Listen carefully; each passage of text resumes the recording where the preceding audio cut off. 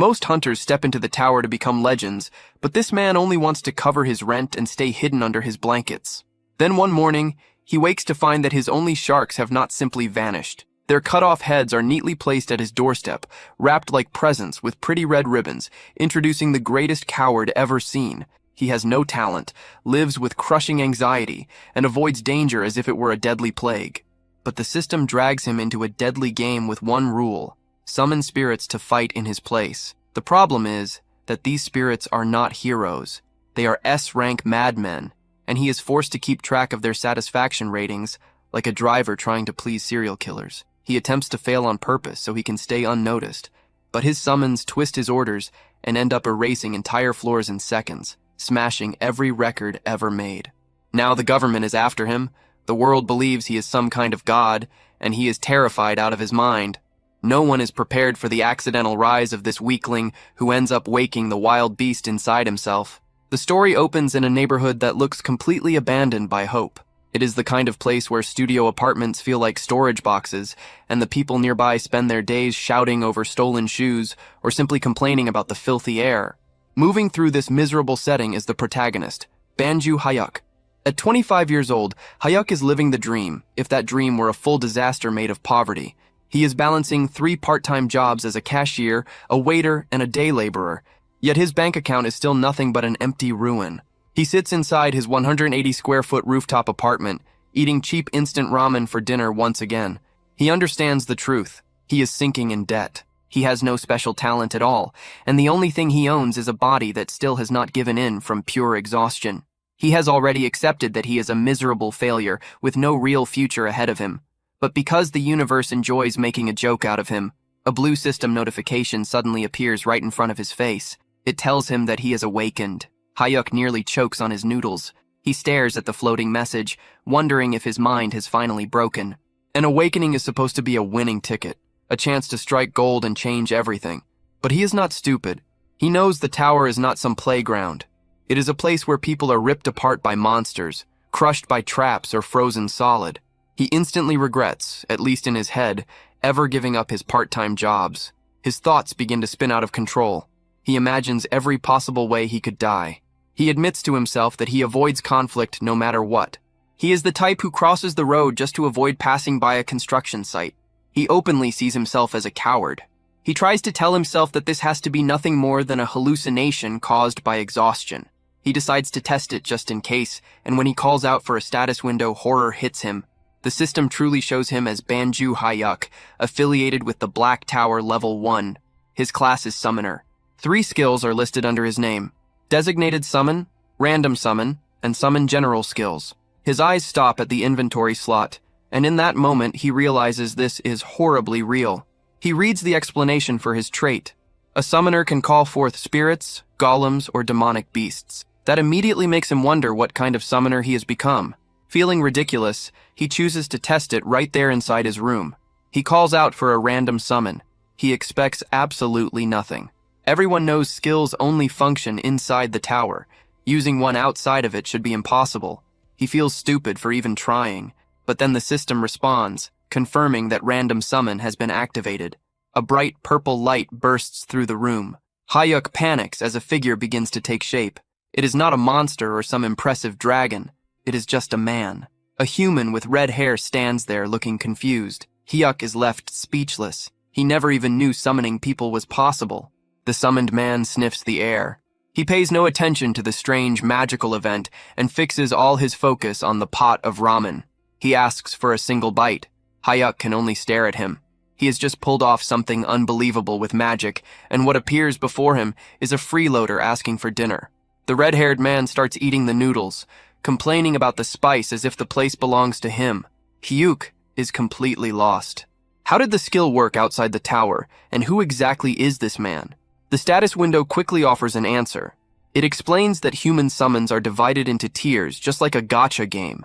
The ranks begin at rare and rise all the way to legendary, special, super rare. The system also states a strict rule. The summon must protect the summoner above all else, and the summon must obey every command without fail. Hyuk immediately clings to that last part. Absolute obedience. That at least sounds useful. The system then reveals the identity of the noodle thief. His name is John Kozak, an SR rank being. His title is the Mad Assassin of the Cruel Assassins Guild. Then Hayek is struck by a violent headache. It feels as if his brain is being torn apart and rewritten. He is flooded with Kozak's memories. He sees flashes of Kozak killing people with ease.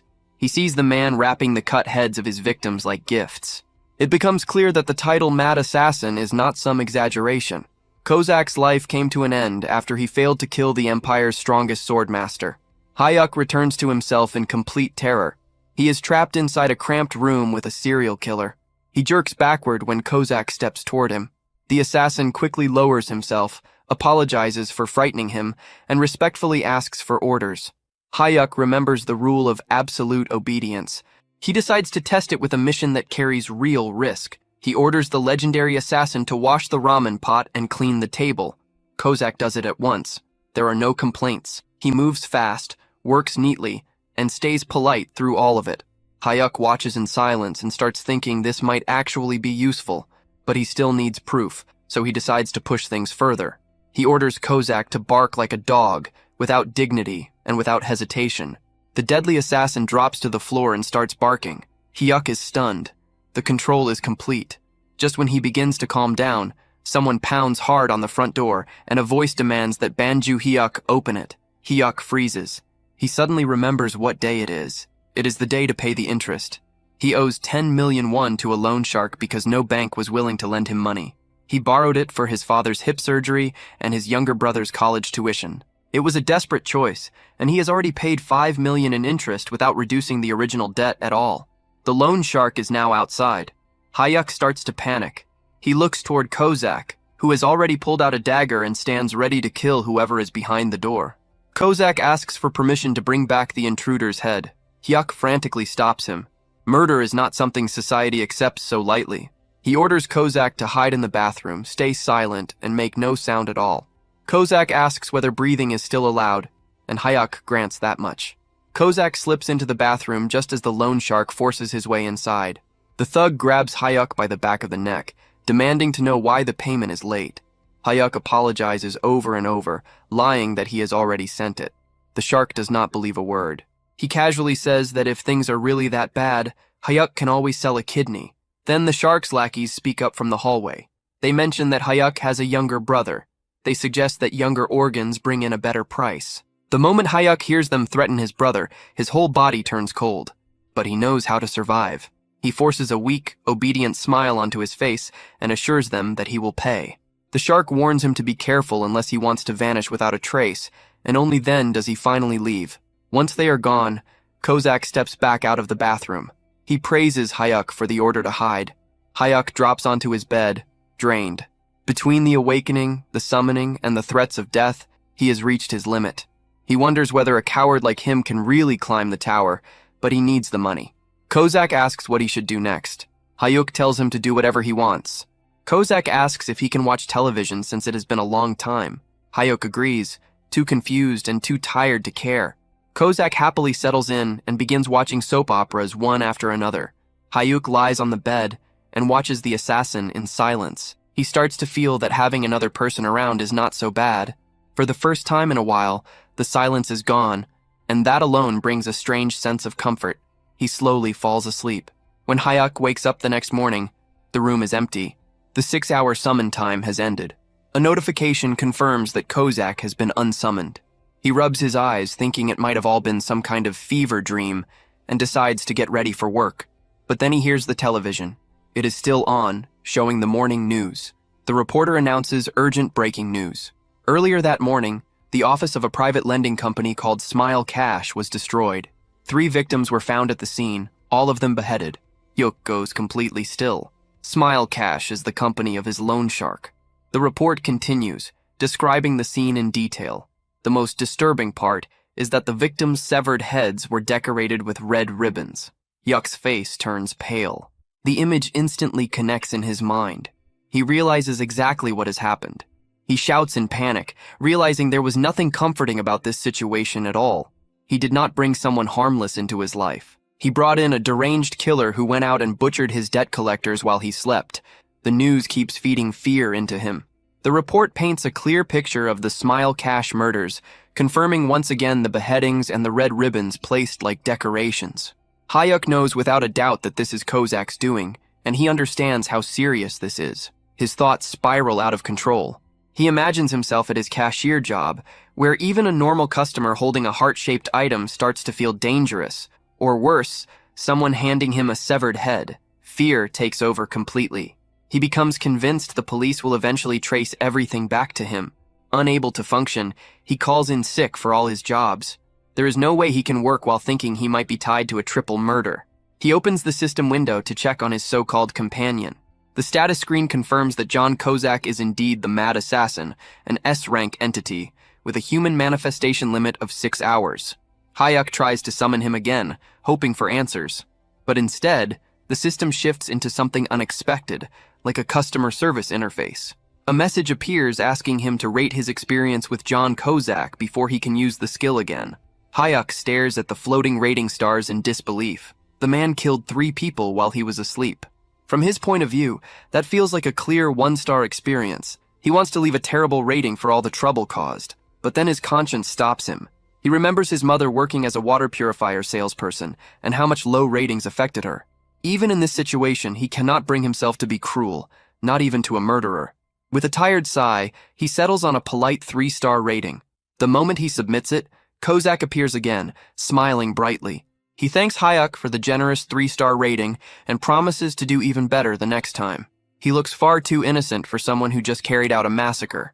Hyuk does not waste time and immediately asks if he was the one who killed the men who came to the house the day before. Kozak confirms it without hesitation, cheerfully explaining that he took care of them just before his summon time ended. A wave of sickness rises in Hyuk as he realizes he is standing face to face with a killer.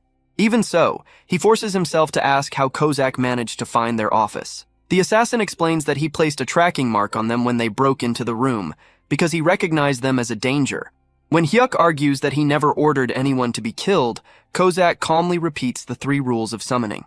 The first rule is to protect the summoner's life above everything else. Even though Hyuk ordered him to stay hidden, Kozak judged that removing the threat to Hyuk's safety mattered more than staying silent. Hyuk calls that way of thinking insane, and Kozak politely accepts the insult as though he has been praised. He even admits that he hears the same thing often. That answer sends Hyuk's thoughts into a nightmare. He starts imagining himself brushing shoulders with a rude stranger in public, only for Kozak to treat a small insult like a real threat and leave more ribbon-wrapped heads in the street.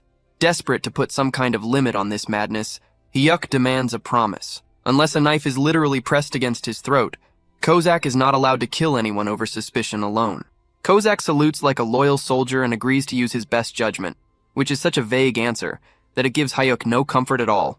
Trying to move away from the subject, Kozak asks whether Hyuk has thought about climbing the tower. Just hearing that makes Hyuk's legs shake. He admits that while it could be a huge chance to change his life, he is simply too afraid and sees himself as a coward compared to the so-called heroes who throw themselves into danger. He expects disappointment, but instead Kozak's eyes brighten. He declares Hyuk the greatest kind of summoner because courage is poison to someone in that role. In Kozak's view, a brave summoner is only a dead summoner. He says he would rather serve a master who values survival so he can handle all the ugly work while Hyuk stays alive and well for a long time. That strange praise gives Hyuk a small bit of comfort.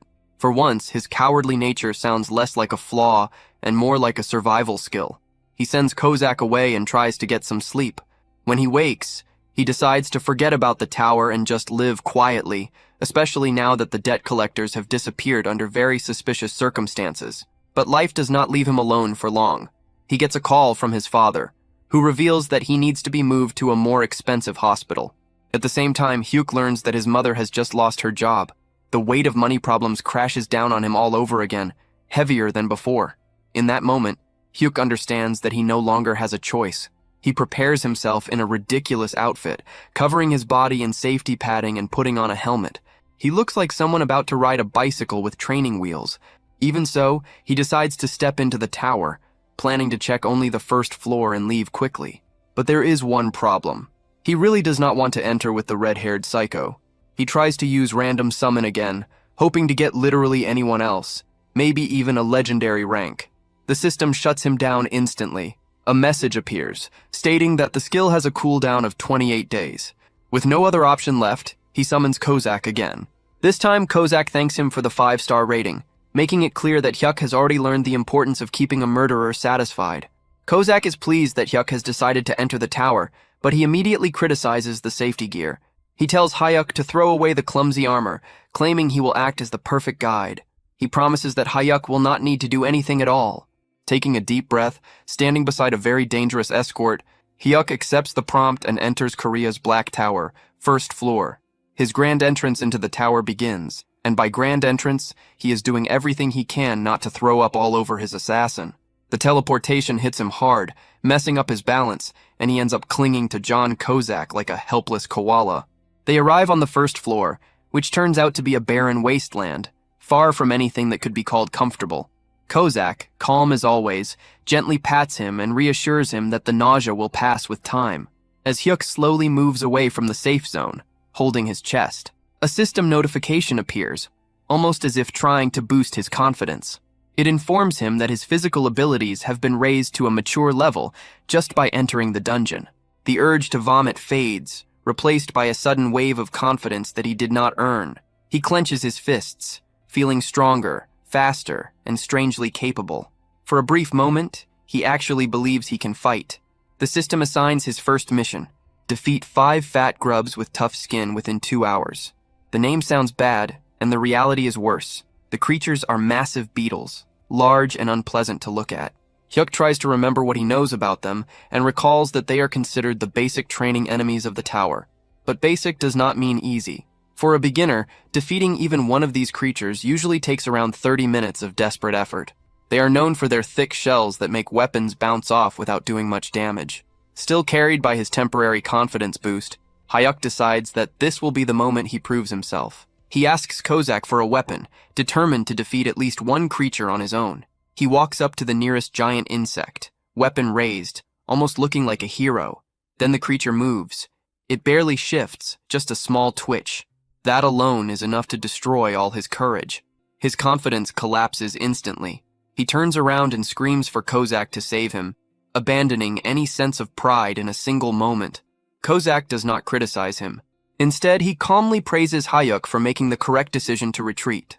The assassin moves in, but he does not simply pierce the insect. That would have been far too restrained. He activates a technique called Blade Explosion with C4. Yes, that is exactly what happened. He brings out military-level plastic explosives against a tutorial beetle. A huge blast erupts, dust spreads in every direction, and the insects are not merely beaten. They are erased. Hyuk can only stare in shock as the mission ends in a matter of seconds. The system loses all restraint, granting Hyuk an S++ conquest score and a gleaming platinum badge. Hyuk looks at the rewards and realizes that while others are struggling to survive, he has somehow run into a complete exploit. While Hyuk brushes the dust off himself, a global alert reaches every player across South Korea. It declares that the second floor of the Black Tower is now open. The scene shifts to other hunters, gyms, and bars, where people react in confusion and wonder who could have cleared the first floor that quickly. At the same time, Hyuk is already back at his apartment going through his loot. He examines the magic stone. He had just obtained it. It is a blue crystal essential to modern industry, and even with the market flooded, it is valued at 50,000 won. Hyuk runs the numbers. He had just made 50 grand in 5 minutes. That is more than he earns after days of carrying bricks. He studies the platinum badge, something he has never seen before, but chooses to put it aside for now because the money is the only thing that matters. To mark his sudden fortune, Hyuk orders food delivery. He picks pork trotters, but being a thoughtful master, he chooses the regular version instead of the spicy one. He remembers that the legendary mad assassin has a paper-thin tongue and cannot deal with heat. Kozak is clearly moved by that choice, but still inspects the food with suspicion, asking whether it is spicy. As they eat, Hyuk brings up something that had been bothering him. He asks whether Kozak's old-fashioned and overly stiff way of speaking is normal. Kozak admits that it is a habit he picked up from his former summoner. Hyuk laughs and points out that it makes him sound like someone still caught up over an ex-boyfriend. Kozak says he can change it if it becomes irritating, but Hyuk tells him to leave it because it is honestly pretty amusing. They laugh together over pork and killing, making their strange connection even firmer. Hayuk finally accepts that the tower is not some deadly trap. It is his own personal ATM. The following morning, Hayuk reorganizes his whole life. He decides to leave behind his body-breaking day labor jobs. His new routine is clear. He will work at the convenience store during the day, the restaurant in the evening, and then farm the tower with his assassin summon at night. He calls Kozak out again, and the assassin is nearly shining because Hayuk had given him another 5-star satisfaction score. Kozak explains how the system works. The higher the score, the stronger the buffs become. High satisfaction brings longer manifestation time and can even lead to rank advancement.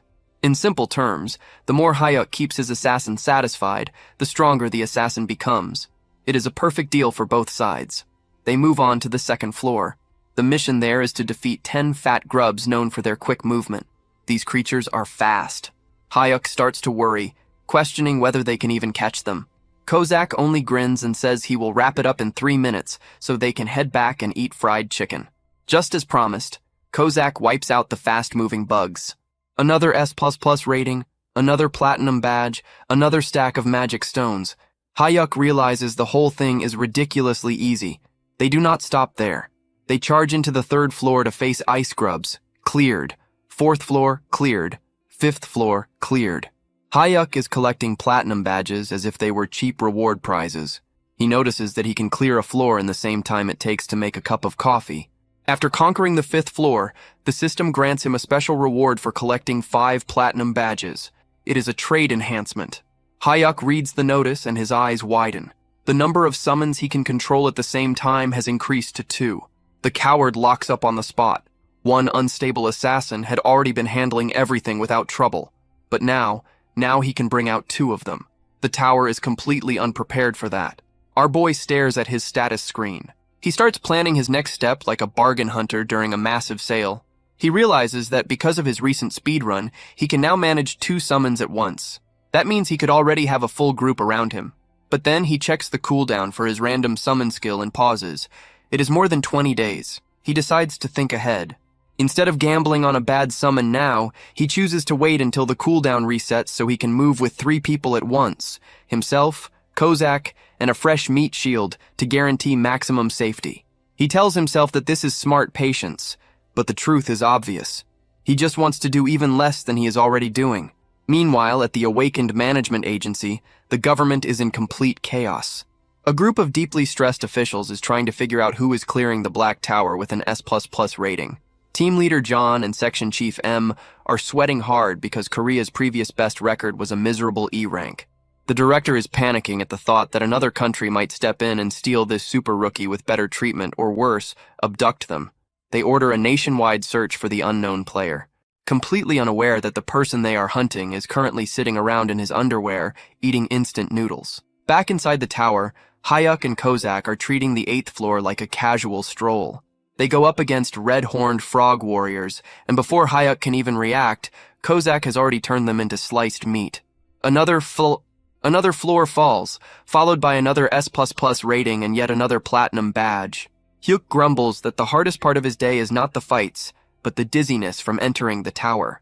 Kozak reminds him that things only become serious after the 10th floor. Feeling unusually generous, Hyuk decides to reward his loyal killer. He pulls out his wallet and tells Kozak to go outside, enjoy himself, and eat something good in the real world. Kozak rejects the idea immediately. He refuses to leave his summoner's side, holding on to absolute loyalty. Hyuk exhales and decides that if they cannot go out, then the celebration will come to them. They order chicken and Kozak becomes visibly excited, almost shaking with anticipation. While Kozak is focused on the food, Hyuk checks his inventory. He notices 5 tower-only healing potions and plans to hand them to Kozak later. But the real value lies in the stack of magic stones. He runs quick numbers in his head and realizes he is holding more than 3 kilograms of magic crystals. If he sells them, the total would pass 1 billion. In just 1 week, he goes from having nothing to becoming a billionaire, and he does it without putting in any real effort. By the 10th day, the routine is locked in.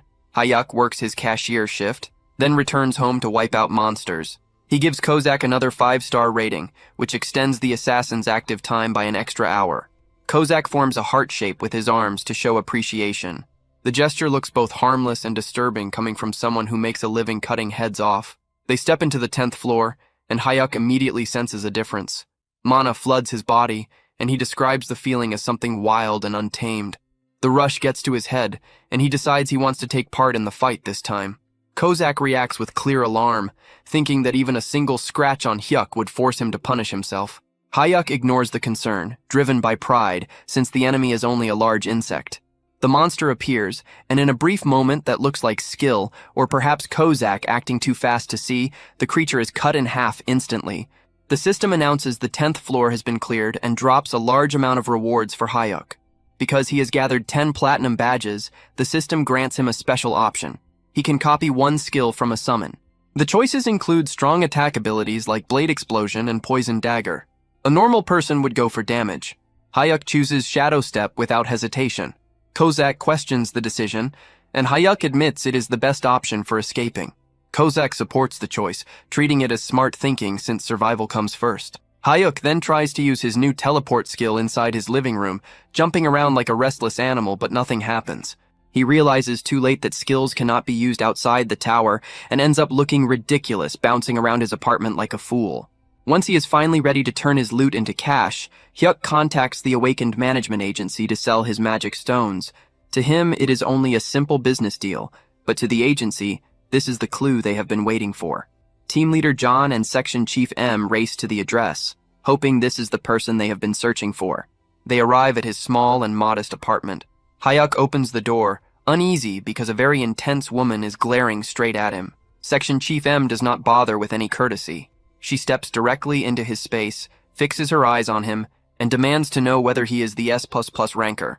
Section Chief Lindley Min crowds him so closely, it feels like she is trying to inspect every pore on his face, pressing him on whether he is the S++ ranker. Hyuk tries to stay calm and denies it all, but fear is eating him alive. He has no idea whether they possess some hidden awakening detection device that he knows nothing about. Thankfully, his acting is awful, but his natural, useless-looking presence is overwhelming. Lindley Min sees the frightened, miserable look on his face and quickly concludes that there is no chance this coward is some great hero.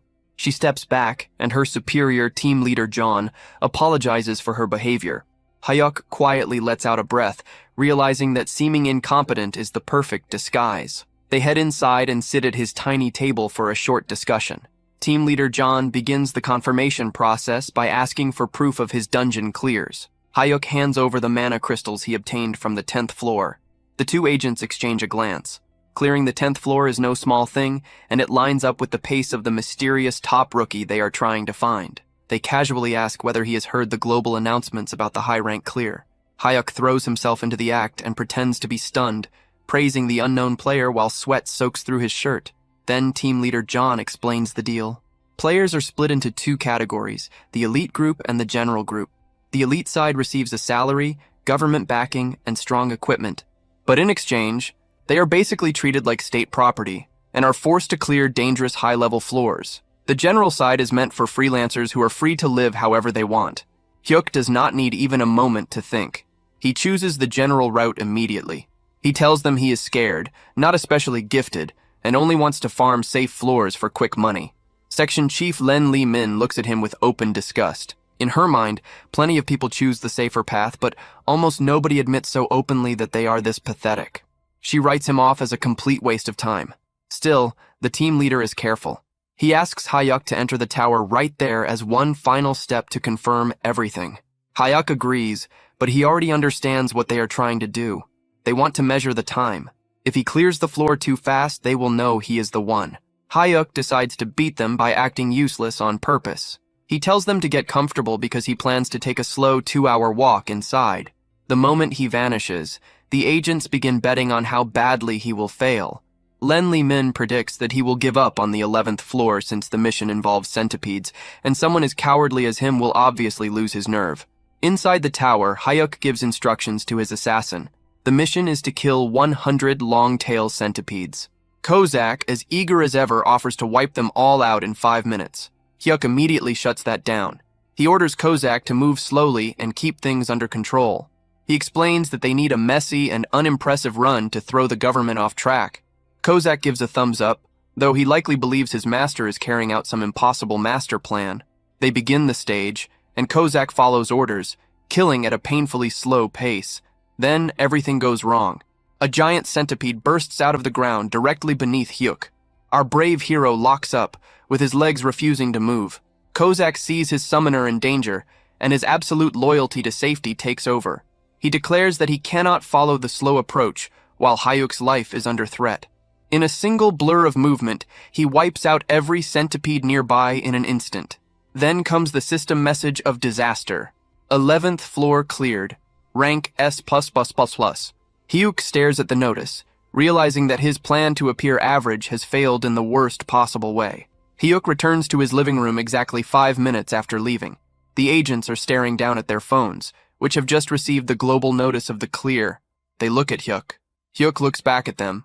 The timing says everything. There is no way out of this one. The moment he understands that his cover is gone, Hyuk's attitude changes. He summons Kozak, who appears behind him with a threatening presence.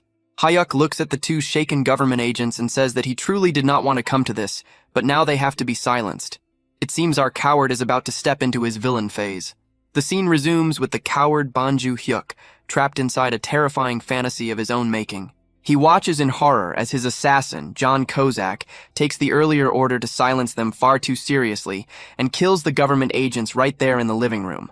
Hyuk is on the verge of screaming, but then reality returns. The agents are completely unharmed, still breathing, and very much alive. It had only been Hyuk's wild, paranoid imagination spiraling out of control. The only thing truly dying in that room is Hyuk's pride. Sweat pours off him, and Section Chief Lin Lehman asks whether he is all right, assuming he is going through some kind of panic episode. Team leader John blames the sweating on a persecution complex, which is really just a cleaner way of calling him a complete nervous wreck. Hyuk quickly says he is fine, just to keep things moving. Team leader John wastes no time and gets to the point. He knows Hyuk is the one who cleared the 11th floor at record speed because the timing was far too exact to be random. Hyuk tries to deny it, saying something absurd about excellence being contagious or some other nonsense just as ridiculous. But the strained laugh he forces out is so awkward that it convinces absolutely no one. Now that the act has fallen apart, the team leader pushes a contract across the table. But this is no ordinary deal. It is the highest elite contract. It comes with an annual salary of 12 billion won, provided housing, VVIP treatment, full security protection, and legal immunity. It is basically permission to live like royalty, and any sensible person would have signed it without hesitation. But Hyuk looks at it and refuses. The reason is simple. He hates attention. He still remembers the stress of a clothing shop owner asking what kind of style he liked, and how he nearly ran away because even that felt like too much social pressure. He is the worst kind of avoidant. He tells them he only wants a normal contract because the elite route means clearing dangerous upper floors, and he has no intention of carrying that kind of burden. He just wants a comfortable life, not a heroic one. Back at the Awakened Management Agency, the director is completely lost. He cannot understand how some low-profile nobody with no ambition could be an S++ ranker. Lindley Min confirms that the timing leaves no room for doubt. The director decides that he does not care whether Hyuk is strange. Talent is still talent. He orders them to drag Hyuk into the elite team by any means, setting up even more trouble for later. Back in the safety of his apartment, Hyuk is furious. He scolds Kozak for moving too quickly earlier, which is exactly what exposed them. Kozak apologizes, but Hyuk decides he has to be strict. He yells that if Kozak ignores orders again, there will be nothing waiting for him. No television, no snacks, only misery. They head into the 12th floor to hunt ice weasels. Hyuk gives an extremely clear order to move slowly. He wants to fail the time limit or at least seem average, so the government will lose interest. Kozak agrees, but then he notices something awful. It is cold. He sees Hyuk shivering, and immediately decides that a cold is a deadly illness that threatens his summoner's life. All reason disappears. To get Hyuk back to a warm room as fast as possible, Kozak destroys the weasels instantly. The result is another S++ rank and another platinum badge. Hyuk's plan to look unimpressive is collapsing in the worst way possible. Team leader John calls right away, suspicious of how fast the 12th floor was cleared. Hyuk hangs up and turns all his anger toward Kozak. He points at the television and tells the assassin that he is banned from watching his soap operas. He makes it clear that those who do not follow orders deserve nothing, but the cycle of pain keeps going on the 13th floor. They run into a corridor full of traps. Hyuk worries about all the possible things that could go wrong, but Kozak decides the traps are too dangerous and instantly destroys the whole mechanism to keep him safe. S++ rank achieved. On the 14th floor, they face giant eyeball machines. Kozak decides the sound attacks are too dangerous for Hyuk's fragile ears and wipes them out before they can even make noise. S++ rank achieved. Hyuk gives up. He realizes that whatever is going to happen will happen. Hyuk sits down and starts checking the numbers, then realizes that his failure to look average has one clear benefit. He has earned nearly 8 million won in just 14 days from cash rewards alone. But the true shock is the magic stones. He now has 5 kilograms of them. If he sells everything, he is basically making 1 million won a day. He realizes that a life with a monthly income of 30 million won is now within reach. The very next day, he quits his part-time job immediately. Hyuk summons Kozak and finds the assassin kneeling with his head lowered, grateful that Hyuk still gave him a 5-star rating even after all the disobedience. Hyuk decides to stop resisting what is clearly unavoidable. He tells Kozak that there is no reason to keep holding back since the management office already knows enough, so they may as well speedrun everything. They enter the 15th floor to kill 20 goblin workers. Hyuk is worried because goblins are smart and could run off to call for help. He tells Kozak to stay sharp. Kozak tells him to remain where he is and uses a skill called Step. He moves with such speed and silence that the goblins are killed before they even realize they are dead. Mission cleared. Another S++ rank. Another pile of rewards, including a tower-only healing potion and an owner emblem. Back in his room, Hyuk checks his inventory. He has now collected a total of 15 platinum badges. The system recognizes the milestone and offers him a new reward. He remembers what came before. At 5 badges, he got a second summon slot. At 10 badges, he gained the chance to copy a skill. He stares at the new message, wondering what kind of broken ability he is about to receive this time. Hopefully, it is something that lets him do even less. So the professional coward has now gathered 15 platinum badges, and the system decides it is time to hand him another reward. It gives him the energy shield kit. The name sounds impressive, but in reality, it is just a bracelet that absorbs damage like a magic sponge, until it finally breaks. But here is the real point. The description does not say tower exclusive. Hyuk's eyes practically turn into money signs because if this item works in the real world, he is looking at a payout of 2 to 3 billion won. He immediately starts calculating, wondering whether he should sell it and retire or keep it and actually stay alive. He turns to his personal expert in murder and asks whether they can clear the 16th floor right away. Kozak, still acting like his loyal promoter, says the clear is certain, but he cannot guarantee an S rank if they rush it. That answer is enough for Hyuk. He decides that risking his life for a lower grade is not worth it. So he settles on selling the bracelet and living in comfort. Meanwhile, back at the Awakened Management Agency, the atmosphere is heavy. It has been 15 days since the mysterious super rookie last cleared a floor, and the director is starting to lose control. He becomes convinced that the player either gave up or died, grieving the waste of such talent like fate itself had lost its mind. Team leader John tries to calm him down, checks the logs, and suddenly announces that the player is coming in to use the player shop. The director goes into immediate panic. He realizes their precious VIP is still walking around in beginner clothes and probably owns no proper gear. He orders the entire shop locked down. He wants the shelves filled with top-level items, but he also demands that everything be marked down by 90%. He figures that if they hand things over for free, Hyuk's suspicious nature will reject it. So a huge sale becomes the perfect trick to pull him in. Back at the apartment, Hyuk decides that he needs to confirm the item is real before selling it. He hands a dagger to Kozak and asks the assassin to stab him. It is treated like some normal, everyday request. Kozak looks at him as if he had just suggested something unforgivable. He starts trembling, unable to accept the thought of harming even a single strand of his master's hair. Hyuk rolls his eyes at the reaction. He lets out a tired breath, grabs the dagger himself, and moves to stab his own arm, but before the blade can touch him, Kozak's hand shoots forward and catches the weapon with his bare hand. Blood falls onto the floor as the assassin shakes, terrified that his master had almost been injured. Hyuk quickly heals him, realizing that testing protective gear with an overprotective madman was a terrible plan, and then Hyuk decides to test his shadow step instead. He teleports onto a goblin's back and feels like a ninja for a moment. The goblin shrieks and tries to bite him, but then the shield activates with perfect timing. It works exactly as intended. Hyuk, feeling untouchable for all of 2 seconds, kicks the goblin in the face while Kozak drops in to finish it off, but instead of approval, Kozak starts shouting. He demands to know whether Hyuk is hurt, scolding him as if courage itself were a health risk. Hyuk apologizes again and again, promising that he will return to doing absolutely nothing. With a bag full of mana stones worth millions, Hyuk finally contacts the agency. He expects an ordinary business exchange, but the government sends an actual limousine to pick him up. He arrives at the player shop and is welcomed by team leader John, who treats him like a top-level VIP. Hyuk steps inside and immediately feels confused. The place is completely empty of other customers because, without his knowledge, everyone else had been forced out. He checks the price tags and finds high-end gear being sold for almost nothing. He assumes the market must have collapsed or that he is simply an incredible bargain hunter, completely failing to notice that the government is covering the cost of his new outfit.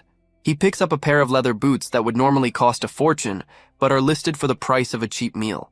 He buys them along with several other items, convinced he is getting away with the greatest steal of his life. From his office, the director watches the whole thing and nearly cries with relief that their fragile powerhouse is finally wearing proper protection.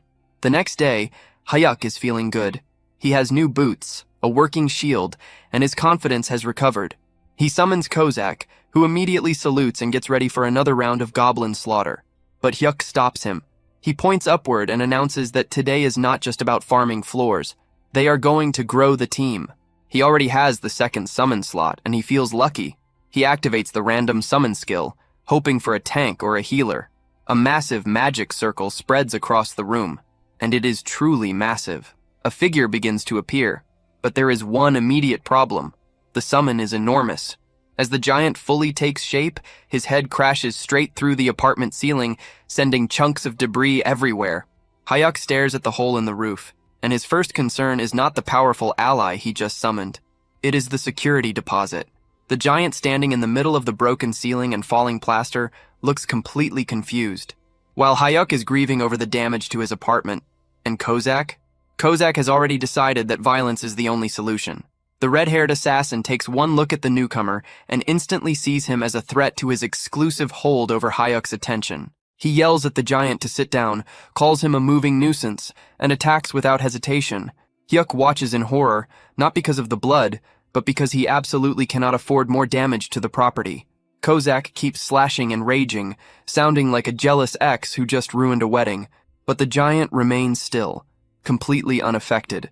He looks down at the assassin who is doing everything possible to kill him, and calmly says that it only tickles. One of Kozak's eyes twitches. He threatens to cut the giant's throat and decorate it, proving that his strange obsession with wrapping things is still alive and well. Hyuk finally steps in and orders both of them to stop before the entire building collapses. Kozak freezes immediately because an order from his master cannot be ignored, but rage is still pouring off him. Hyuk asks for a report on the new summon. Kozak spits on the floor and says there is no reason to learn the man's name because he is nothing more than a meat shield. He explains that this man is known in the underworld as a complete fool who probably does not even understand the 3 laws of summoning. To prove it, Kozak tests the giant on Article 1. The giant blinks, clearly taking far too long to process the question, and admits that he does not know. He forgot. Kozak turns to Hyuk with a smug expression that says he had been right all along, suggesting they kill the giant now and roll the gacha again in 100 days. Hyuk ignores the suggestion of murder and checks the system window. The new summon is rare rank, the lowest tier possible, with the class Savage Warrior. His name field is still empty, and his satisfaction score does not exist yet. Then, the familiar headache hits, and Hyuk is pulled into the giant's memories. He sees a wide and beautiful plain where the giant is running around with butterflies. It feels almost harmless and bright until it becomes clear that the giant is also casually snapping the necks of wolves while playing. The memory reveals the tragedy behind this massive figure. He had been simple and pure, someone who found joy in nature, but he was also unbelievably stupid. A group of so-called heroes tricked him into joining their party, used him as the frontline shield against a hydra, and left him to be melted by acid breath while they stayed safely behind him. He died protecting people who had been mocking him the entire time. Hyuk returns to reality and looks at the giant differently. He knows the whole thing is messed up, but he also realizes that someone loyal to the point of stupidity and able to endure pain is exactly the kind of person a coward like him needs. He decides to give the giant a name. He asks whether he prefers Yaman or Gobang. The giant, staying true to himself, says that he does not know, so Hyuk chooses Gobang.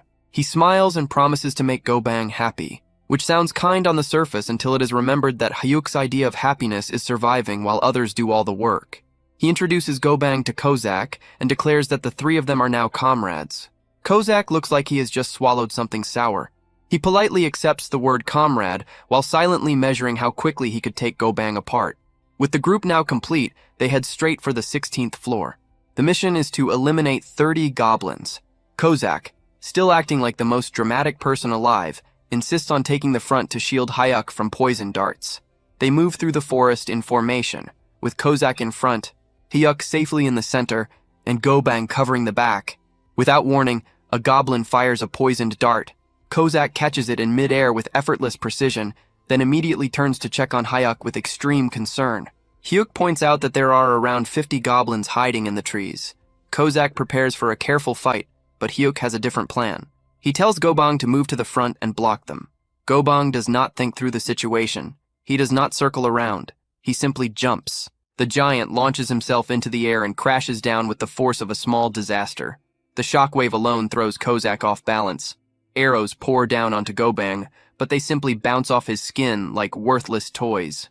He laughs and says it tickles, then starts crushing the goblins into a bloody mess. Hyuk watches from behind a rock with wide eyes. He realizes that even though Gobang is only ranked rare, his raw physical power easily reaches SSR level. The system clearly pushed his rank down only because his intelligence barely exists. After the slaughter, they celebrate back at the apartment with fried chicken. Gobang is thrilled. He stuffs an entire piece of chicken into his mouth, bones included, and chews it all down. He looks at Hyuk with pure happiness and comments only on the crunch. Kozak watches the whole thing with complete disgust.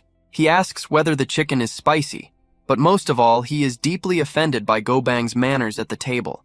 Hyuk tries to build some sense of teamwork, telling Kozak that Gobang is family now.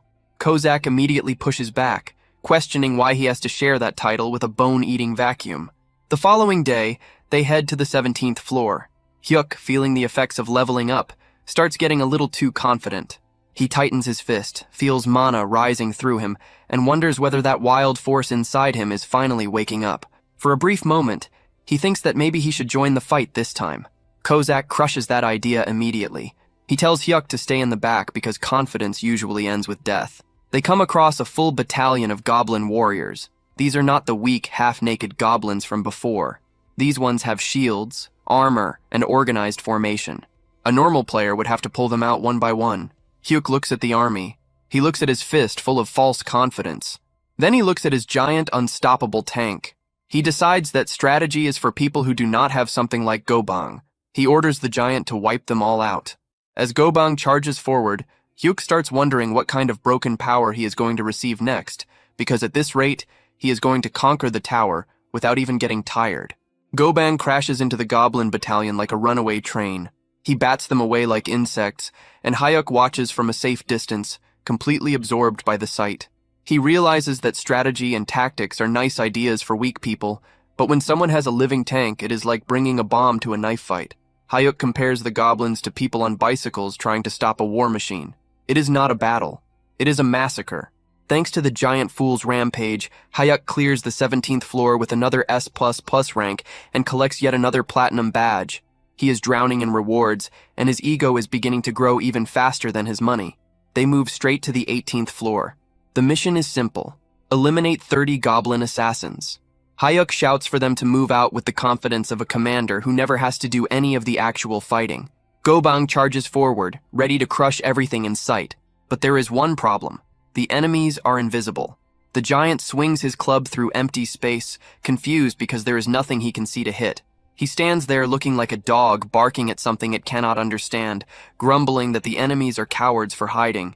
Kozak, who has been brooding in the background because he has not killed anything in 5 whole minutes, sees his chance. He steps forward and declares that he is about to cleanse Hyuk's eyes after forcing him to watch Gobang's pathetic struggle. He mocks the goblins, claiming their stealth is nothing compared to his own abilities. With full dramatic force, the red-haired assassin activates Shadow Step. He vanishes into motion and tears through the invisible goblins with perfect precision. It becomes a complete slaughter. Hyuk watches and instantly understands what is happening. Kozak had taken the bait. The assassin had clearly been getting restless because the new summon was stealing all the attention, so his competitive side finally exploded. Hyuk grins, realizing that Kozak's jealousy can be used to collect badges even faster. He silently praises himself for being some kind of manipulative genius. Then the stupid thoughts take over. Hyuk is already level 18. He can feel the mana running through his body, and suddenly, his inflated ego takes shape in his mind. He imagines a grand, muscular, wild stallion running freely through a field of flowers. Yes, the fool literally pictures his inner self as a horse charging across the world. It looks majestic, it feels powerful, and it is completely disconnected from reality. Then he spots a single goblin that had slipped through the chaos. The horse in his head practically screams. Hyuk decides to step in. He sneaks forward and swings his mace with more force than expected. The hit lands perfectly and crushes the goblin's skull in a single blow. Hyuk stands over the body, feeling like a war god. He is probably already writing a victory speech in his head, but because he is too busy admiring himself, he fails to notice another goblin creeping up directly behind him. The assassin lifts a dagger, ready to skewer Hyuk on the spot. Hyuk turns around just in time to watch his death coming at him. But before the blade can touch him, Kozak appears from nowhere. He knocks the attack away with a face full of pure irritation, and then he kicks the goblin so hard it may as well have flown into another world. He throws Hyuk a look that clearly says he turned away for 2 seconds and nearly lost his entire purpose. But the fight is still not finished. Goblins are rushing in from every direction. Gobang is crushing the left side and Kozak is locking down the right. Hyuk stands in the center with adrenaline flooding through him. The wild stallion returns, and this time, it is not only in his head. Hyuk sees 2 goblins charging straight at him. Instead of panicking and calling for help, he activates Shadow Step. He disappears from sight. In the next instant, he appears behind the goblins with his mace already in motion. He lands 2 deadly strikes before they even understand what happened, dropping both of them on the spot. Kozak, who was just about to rush over and protect him again, stops where he is. He watches his coward of a master pull off a flawless double kill with Shadow Step. The assassin's eyes widen. It had taken him months to master that movement, and Hyuk had just used it as if it were natural. Our boy is actually talented. Later, outside the tower, the media is in chaos. News anchors report that a new force is rising through the tower. A mysterious rookie has cleared 18 floors in 20 days with a perfect S+ record. They call it unprecedented, something that is changing history itself. Everyone wants to know who this top-level player really is. Back inside the tower, Kozak hears about the reports, but he is not pleased. His face turns serious. He makes Hyuk sit down for an important talk. He tells Hyuk that his growth is happening far too fast. Hyuk takes it as praise, but Kozak shakes his head. He explains that Hyuk's Shadow Step had been perfect, so perfect that it was disturbing. Kozak looks like he is on the edge of breaking down. Then he lays out the problem. When a coward gains strength, confidence follows. And when confidence appears, that coward starts imagining he can become a hero. Heroes die. He begs his master to remember the promise that safety comes first. He does not want a warrior as a master. He wants a coward who stays alive. Hyuk nods and promises that he will never do anything reckless again. But Kozak grabs at his chest, muttering that something feels wrong. He looks at Hyuk and sees a walking disaster waiting to happen, fully convinced that this sudden rise in talent is going to kill them both. Back at the apartment, there is no peace at all. Kozak is yelling that he is going to boil Gobang alive in a pot, while the giant tank casually falls backward and crushes the refrigerator. Hyuk screams, not because of his summons, but because of his appliances. He shouts at them to stop destroying the house, but the damage is already done. The fridge door is bent, and even worse, a precious jar of kimchi has shattered across the floor. Needing to calm his mind, our boy decides to visit the only people who do not want to kill him or destroy his furniture: his parents. He arrives at the family home. His mother welcomes him warmly, but the mood inside is heavy. His father is lying in bed, barely able to move properly because of his injured hip. Hyuk asks about his condition, and his father tries to act strong, complaining that bones heal easily and that he simply enjoys lying down. It is an obvious lie, but Hyuk goes along with it and helps his father sit up for dinner. They gather around a pot of stew, and the strain of money problems hangs over the table. His mother tries to stay positive, saying she will find work again soon, but Hyuk can see the tiredness on her face. He decides to test their reaction. He casually asks what they would think if he had awakened as a player. The response is immediate. His father blows up. He asks whether that was supposed to be a joke, warning Hyuk that the tower is not some place for games. He says that he may be the kind of man who makes his wife deal with cockroaches, but he would still rather stay poor forever than watch his son die in a dungeon. Even Hyuk's younger brother, Mahak, who has just come in carrying tofu, calls it the funniest thing Hyuk has ever said. Hyuk quickly retreats from the topic, but his mother catches him off guard. She asks whether he is supposed to be working that day. Hyuk lies and says it is his day off, but his mother gives him that knowing look. She tells him that his face always shows when he is lying. Even so, she chooses to trust him, as long as he stays away from reckless risks. Hyuk feels a stab of guilt, but then he remembers something important. He asks why his mother lost her last job. She explains that she had gone to repair a water purifier for a rude customer. The customer then demanded that she also clean up their recycling and food waste. So what did she do? She realized the customer was going to leave a bad rating no matter what, so she dumped the food waste right back on them and let them deal with it. Hyuk realizes that his mother is bold, aggressive, and fearless, and that leads him to a harsh truth about his bloodline. His father's greatest accomplishment in life had been asking this terrifying woman out on a date. The narration makes it clear that the father is the pure definition of a weak man, the kind who falls completely for strong women. And unfortunately, Hyuk and his younger brother inherited those exact traits. They are pitiful, yet naturally pulled toward danger. Before leaving, Hyuk hands some spending money to his brother and tells him to pass it to their parents. The younger one looks at the cash, then at Hyuk with a sly grin. He asks where his own cut is. Hyuk immediately realizes the little brat is extorting him, so he transfers 500,000 won just to keep him quiet. With family matters handled, Hyuk heads to the Awakened Management Department. He decides it is finally time to visit the player shop properly. The moment he steps inside, stress hits him. There is a female employee there, and too many people are nearby. His social anxiety starts rising fast. The employee shows him a shield worth 100,000 won. Hyuk nearly dies on the spot and thinks the price is far beyond what he can handle. He asks for something cheaper. She then shows him a proud handshell priced at 40,000 won. Hyuk thinks it fits him perfectly, mostly because it is cheaper, and because he wants to escape that interaction as quickly as possible. He buys it and runs, thinking that talking to store employees is harder than fighting goblins. On his way out, a man approaches him. The man introduces himself as Joey Hosak, a player who has already climbed through the 30th floors. He is handsome, friendly, and carries himself like someone who belongs there. He offers help in case Hyuk ever runs into trouble. Hyuk watches him leave and feels a stab of jealousy. He admires the man's social confidence and assumes someone like that probably even has a girlfriend. Back at the apartment, Hyuk checks his stats. He is level 19. He summons Kozak to show off the new gear. Kozak reacts with complete disbelief. He questions whether Hyuk really needs a shield when he already has a bodyguard. Hyuk insists that survival always comes first. He makes Kozak promise that if things go wrong, he must throw the meat shield, meaning go bang, into danger so Hyuk can escape safely. Kozak agrees without hesitation, saying he would gladly sacrifice that bastard before sacrificing himself. Then he suddenly catches a scent. Dumplings. Hyuk had brought food as a bribe, but in the middle of chewing, Kozak suddenly stops. He asks whether Hyuk has made an enemy of someone. Hyuk is confused, but Kozak says that an overwhelming killing intent is coming from outside the door. Suddenly, the door is kicked open, breaking the lock. A man steps inside holding a pistol. He smirks as he recognizes Hyuk from the player shop. He calls Hyuk a loser and complains about how difficult it was to track him down. He raises the gun to Hyuk's head, demanding the bracelet and ordering him to open his inventory before pulling the trigger. Hyuk looks at the weapon, but there is no fear in him.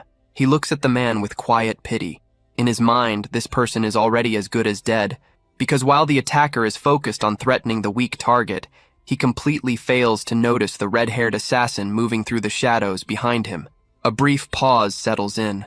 The armed intruder is currently lost in the most delusional moment of his life. He believes Hyuk has frozen in fear, confident that the so-called coward will hand everything over without resistance. He continues his threats, but before he can finish, the red-haired killer moves. In an instant, the man is slammed to the ground, his entire momentum erased before he even understands what happened. The attacker lies there, confused, unable to grasp where the second person came from. Hyuk lets out a breath and feels a rare sense of relief. For once, his assassin understood the situation and chose to knock the target out instead of turning the room into a mess. The assassin questions whether Hyuk truly thought he would act carelessly, but the focus quickly shifts. They realize they have captured an item broker. These are the kind of people who hunt players outside the tower, because once they return to the real world, they are nothing more than normal civilians. Hyuk understands immediately that without his personal bodyguard, he would have ended up dead and robbed. The assassin begins planning how to dispose of the body somewhere far away, but Hyuk shuts that down instantly. He insists on handling it the easiest and most legal way by reporting it to the police. Meanwhile, at the management office, the director is still in despair, unable to accept that Hyuk only bought a mace and a shield instead of allowing them to equip him with top-level gear. They have already classified him as a melee-type player, but even with defensive items, they are worried about whether he can survive. Then suddenly, the already stressed director receives an urgent call about the break-in and explodes into full administrative fury. He runs through the building in a panic, terrified that if anything happens to their star rookie, he should have forced him to sign the elite contract from the very beginning. By the time the government official arrives, the police are already dragging the gunman away. The criminal is desperately trying to act like the victim, shouting that he was actually the one who had been kidnapped, but Hyuk has no patience for that nonsense. He is more worried that he might get dragged to the station too, afraid that his whole loser act is somehow about to end with him in jail. But then the overworked director steps in like some kind of guardian figure, or at least like a furious manager with no patience left. The robber recognizes him and immediately begs for help. The director answers with a clean punch straight to the face. He cancels the man's player registration on the spot, refusing to hear a single excuse from a level 34 criminal. He orders the police to take him away, knowing that once the higher authorities get their hands on a repeat offender like this, no shady liar in the city will come near him again. Once the garbage has been removed, the director turns back to Hyuk with an expression honestly more frightening than the gunman's. He apologizes over and over for the failure in security and swears to protect him, even if that means pushing more contracts on him later. With the situation finally settled, the red-haired assassin appears again, asking whether anyone else needs to be executed today. Hyuk has to firmly tell him to stop searching for people to punish and to put away the daggers. It is time to return to farming floors. So they head to the 19th floor to deal with 30 goblin shamans. These enemies are dangerous because they can keep firing off curses and flaming arrows, but their giant meat shield comes up with a very simple answer. He just yells. He releases a sonic roar so loud that it literally blows the magic curses away, proving once again that being a brute is a perfectly valid strategy.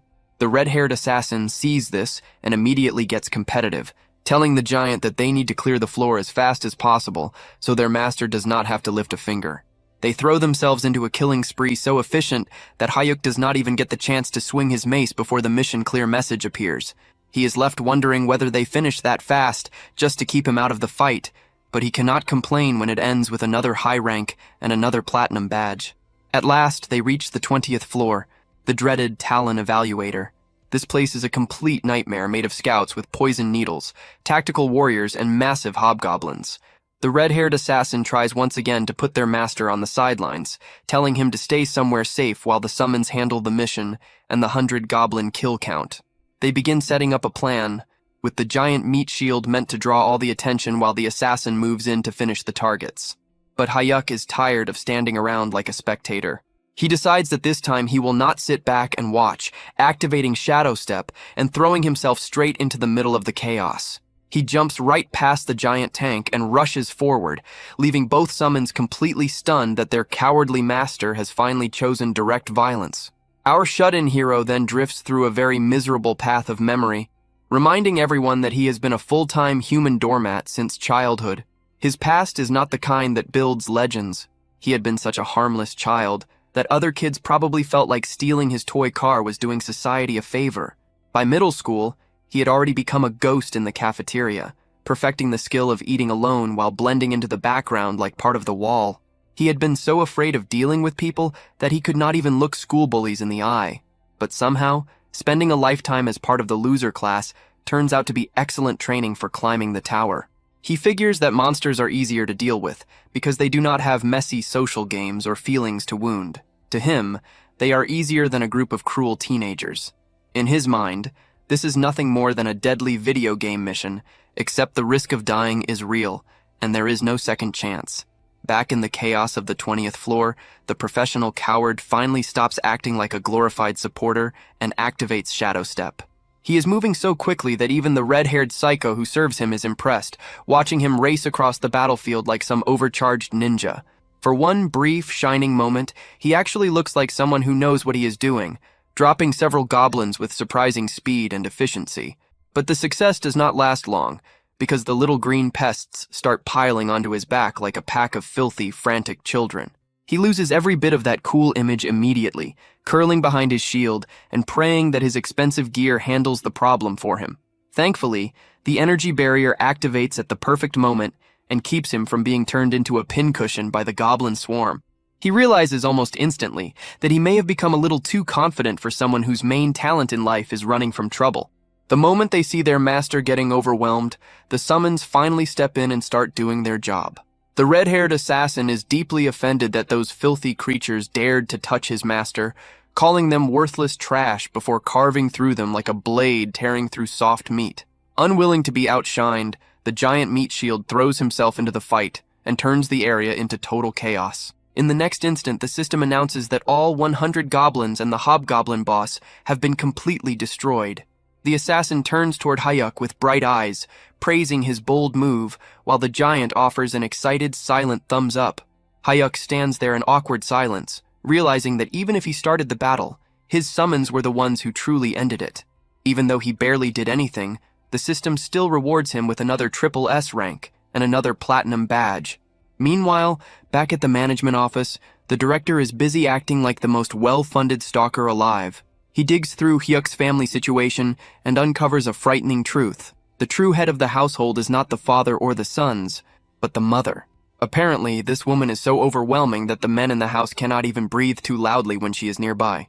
After realizing he has found the perfect pressure point, the director decides to move forward with a plan to aggressively support the mother.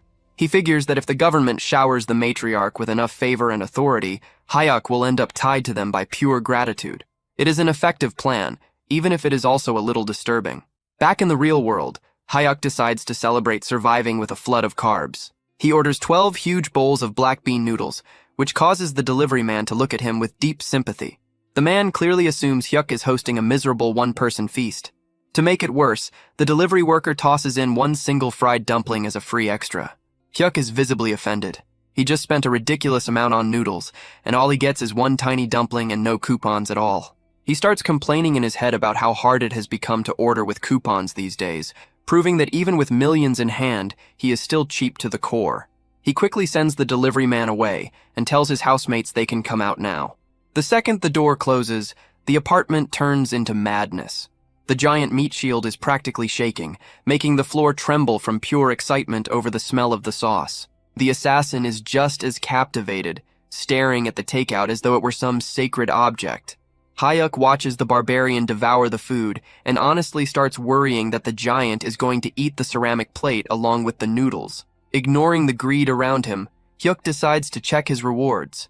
He opens his inventory and sees that he has now collected 20 platinum badges, which unlocks a special prize. A platinum random box appears, and Hyuk stares at it, wondering whether his luck is finally about to improve or whether the system is about to throw another strange surprise at him.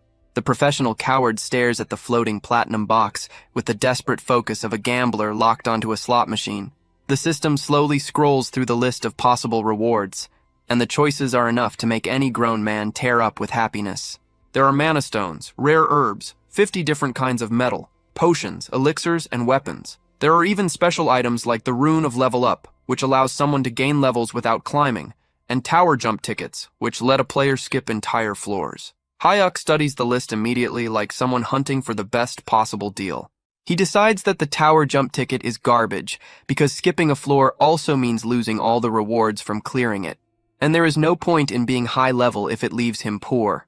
His eyes lock onto the true prize on the list, the grade confirmation summon ticket. He realizes that if he pulls an SS rank summon, basically a god-level being, he could officially retire from fighting forever. He starts imagining a life where he sits back in a chair drinking juice while some overpowered servant handles everything for him. The thought of that level of perfect laziness nearly makes him drool. He prays for a miracle and opens the box. The results are a chaotic mix. First, he gets 10 kilograms of mana stones. Hyuk's eyes practically become money signs as he realizes that this alone is worth around 5 million won in shiny rocks he can sell whenever he wants. Second, he receives a skill book with the absurd name Cow's Lightning Staff. He thinks it sounds like something pulled from a terrible romance novel, but he registers it anyway because he is desperate to get a proper attack skill. But the third item is the true prize, a rune of summon grade up. This is a complete jackpot that can raise a summon's rank depending on their potential. He immediately runs into a problem that feels weirdly personal. Should he give it to the red-haired assassin or the giant meat shield? He reasons that the assassin probably deserves it more, since they have shared so many meals together, even if the giant had clearly eaten more of the food. In the end, he decides to keep it for later since their current power is already more than enough. He then decides to test his new Cow's Lightning Staff skill right there in his room. He tries to activate the first form, Lightning Soil Chaser, expecting something dramatic and impressive. But nothing happens at all because, of course, magic does not function in the real world, so he just ends up standing there looking ridiculous, while the red-haired assassin asks why he is swinging a mace around inside the apartment. When Hyuk proudly reveals that he learned an attack skill, the assassin looks horrified, like he has just seen a toddler pick up a chainsaw. Then the serious mood breaks apart completely, because the giant meat shield decides to steal fruit from the assassin, starting another childish fight where the assassin calls him a bastard. Once the oversized children finally calm down, the assassin gives Hyuk a lecture. He explains that a summoner's role is to stay back and let the servants handle the fighting, pointing out that his former master died for the exact reason that he tried to act like a hero. But Hyuk is too caught up in his own rising confidence. He insists that he is stronger now and needs to test his new skill. The assassin looks at him like he is watching disaster unfold in slow motion. He warns that for someone weak, an attack skill is just a prettier way to die. When Hyuk tries to argue that the 20th floor had been easy, the assassin loses patience. He activates one of the summoning principles, and suddenly the giant meat shield grabs Hyuk in a crushing bear hug, basically taking him hostage for his own protection. The assassin punches the giant for being too rough, but still agrees with the idea. Once they enter the tower, the giant will carry their master like luggage, while the assassin wipes out the floor. Hyuk realizes he has completely lost control of his own summons, so he brings out his final weapon, pitiful pleading. He begs them, throwing away what little pride he has left, just to let him kill a single monster carefully. The assassin lets out a tired sigh, defeated by how pathetic the scene has become, and agrees to let him kill one slow and isolated monster. But if things become dangerous, the deal ends immediately. They head to the 21st floor, the territory of the orcs. The assassin warns that orcs are actually smarter than the giant tank, which the giant instantly rejects. Before the mission begins, the assassin suggests a humiliating training method. He wants Hyuk to practice by hitting the giant 10 times. The giant happily agrees to be used as a target, promising that it will not hurt at all. Hyuk refuses to take part in something that's degrading and threatens to run in alone if they keep mocking him. The assassin gives up, and they begin the mission. Kill 400 orcs in 4 hours. The summons rush ahead and tear through the orcs so quickly that Hyuk realizes the stage will be over before he even gets the chance to draw his weapon properly. Just as panic starts rising over how useless he is about to look, the assassin generously leaves one confused orc alive for him. Hyuk activates Shadow Step and leaps into the air while the orc stares upward in confusion, then brings down Lightning Soil Chaser. It is only a simple downward strike, but the moment it lands, he realizes that despite the ridiculous name, the skill is no joke at all. Hyuk brings his mace down onto the orc's head with a deeply satisfying hit, watches the creature collapse, and feels like a god of war. He starts to think that this whole hero business might actually be too easy, but before he can even finish celebrating internally, the giant meat shield drags him back to reality by casually crushing another orc underfoot and flattening it like a pancake. Hyuk turns toward his summons with a betrayed expression, reminding them that they had specifically agreed to let him at least secure one solo kill. The system has no interest in his complaints, though, and immediately floods him with rewards for clearing the 21st floor, including mana stones, healing potions, and yet another S++ platinum badge. Over the next few days, our hero settles into a smooth routine of rapid monster cleanup. He moves through the 22nd and 23rd floors with the same perfect rating, and by the time they reach the volcanic zone on the 24th floor, he hardly even sweats. Despite the heat, the team remains unstoppable, clearing 1 floor a day with the efficiency of a machine that never slows down. As he gets ready for the 25th floor, Hyuk realizes that taking down only 1 orc at a time is starting to feel a little dull. But he knows he still has to build trust with his overly protective summons for now. While preparing in his apartment, our hero decides that it is finally time to act like a generous employer.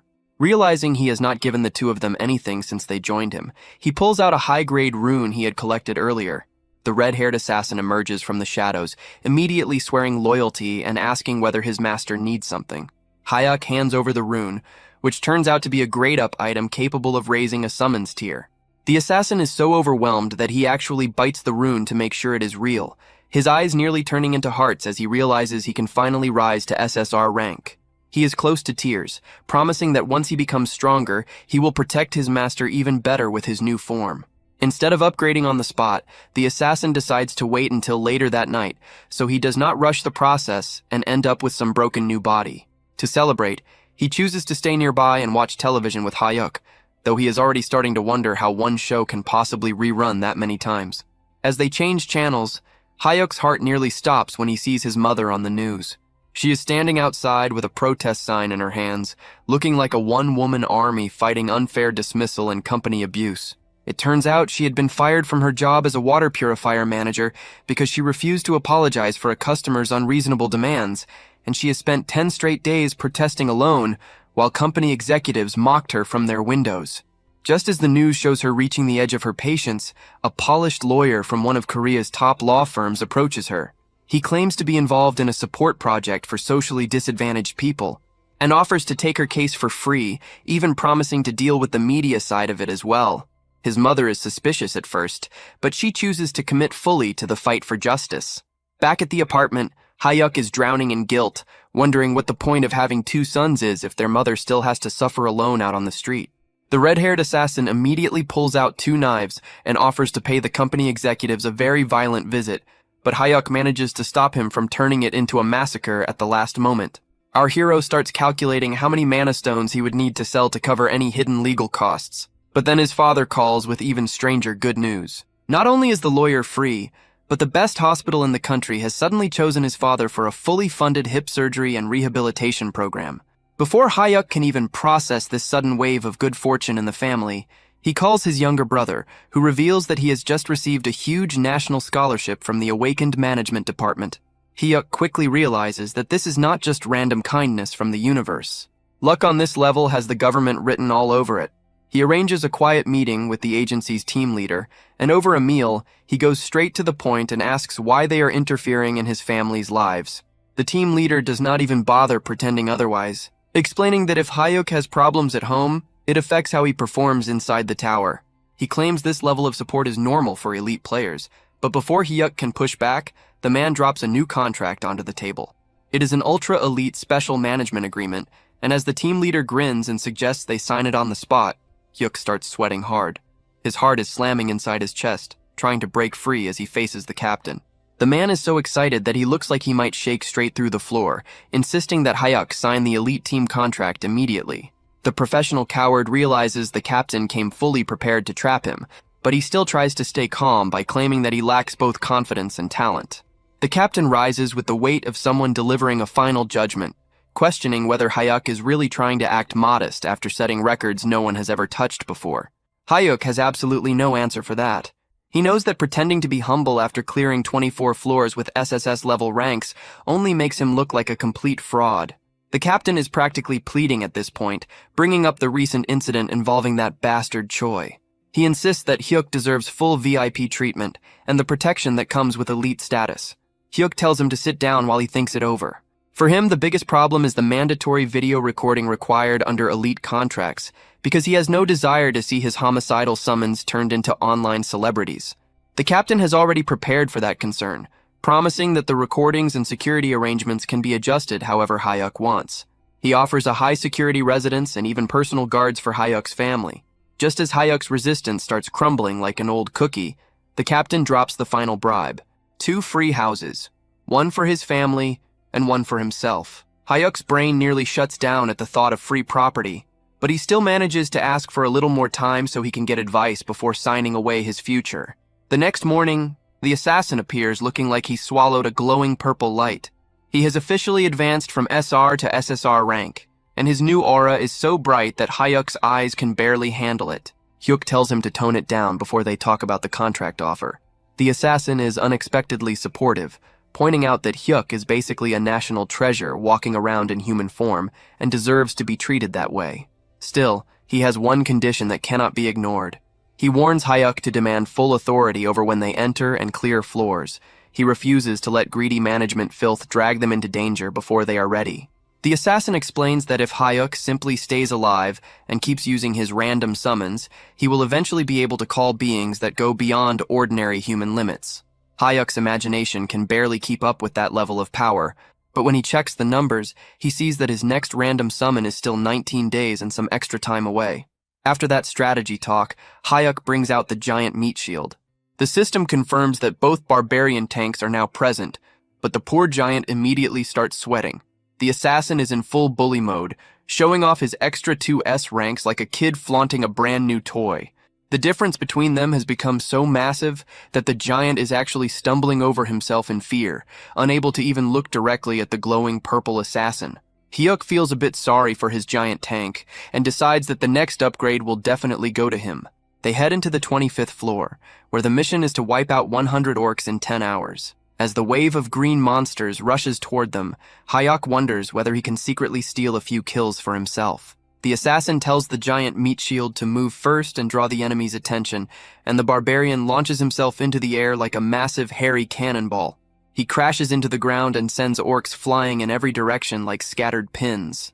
Then the assassin decides to show off the speed of his new SSR rank. He moves so quickly that it feels as if a fighter jet has shattered the sound barrier right beside Hyuk's ear.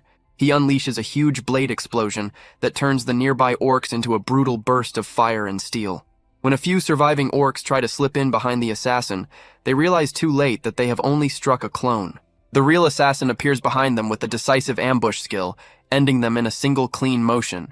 The remaining orcs stare at him with faces that make it clear they would rather be anywhere else. The assassin only wonders why they look so miserable when the real fun has barely begun, then draws his poison daggers for another round.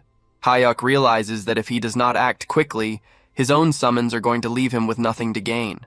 Even though the assassin wants him to stay safe and do nothing but survive, Hyuk grips his mace and decides he needs to become strong enough that his team will finally stop treating him like dead weight. He decides he cannot stay a burden forever. He rushes an orc, cleanly evades its attack, and drives a hard kick into its back. Drawing on his rising confidence, he unleashes the first form of his primordial thunderstaff. The strike smashes into the orc's head and leaves the monster dead with purple energy bursting from the blow. As more enemies rush in, Hyuk uses Shadow Step to move through the chaos, dodging and attacking with surprising skill. Then the system suddenly delivers incredible news. He has unlocked the second form, Scatter Falling Thunder. Overjoyed, he tests it immediately. The staff releases a blast of lightning that splits into 5 branches, wiping out a whole group of orcs in a bright area attack. The assassin watches the display with eyes so wide they look ready to fall out. He rushes over with tears in his eyes, shouting that unlocking a new skill is no excuse to ignore their strict 1 kill per floor safety agreement. Hyuk instantly starts sweating and stammers out an apology. But then the professional coward experiences a rare flash of defiance. He wonders why he is always acting afraid around his own summons. Straightening up, he boldly declares that while he may be weak in the real world, inside the tower, he is an absolute alpha. The assassin nearly breaks down, begging him to put safety first. But Hyuk brushes it aside. Drunk on his own confidence, he declares that he wants the orc chieftain to appear right now, so he can crush its skull himself. Then he turns around and finds the orc chieftain already standing right behind him, looking like a furious wall of muscle.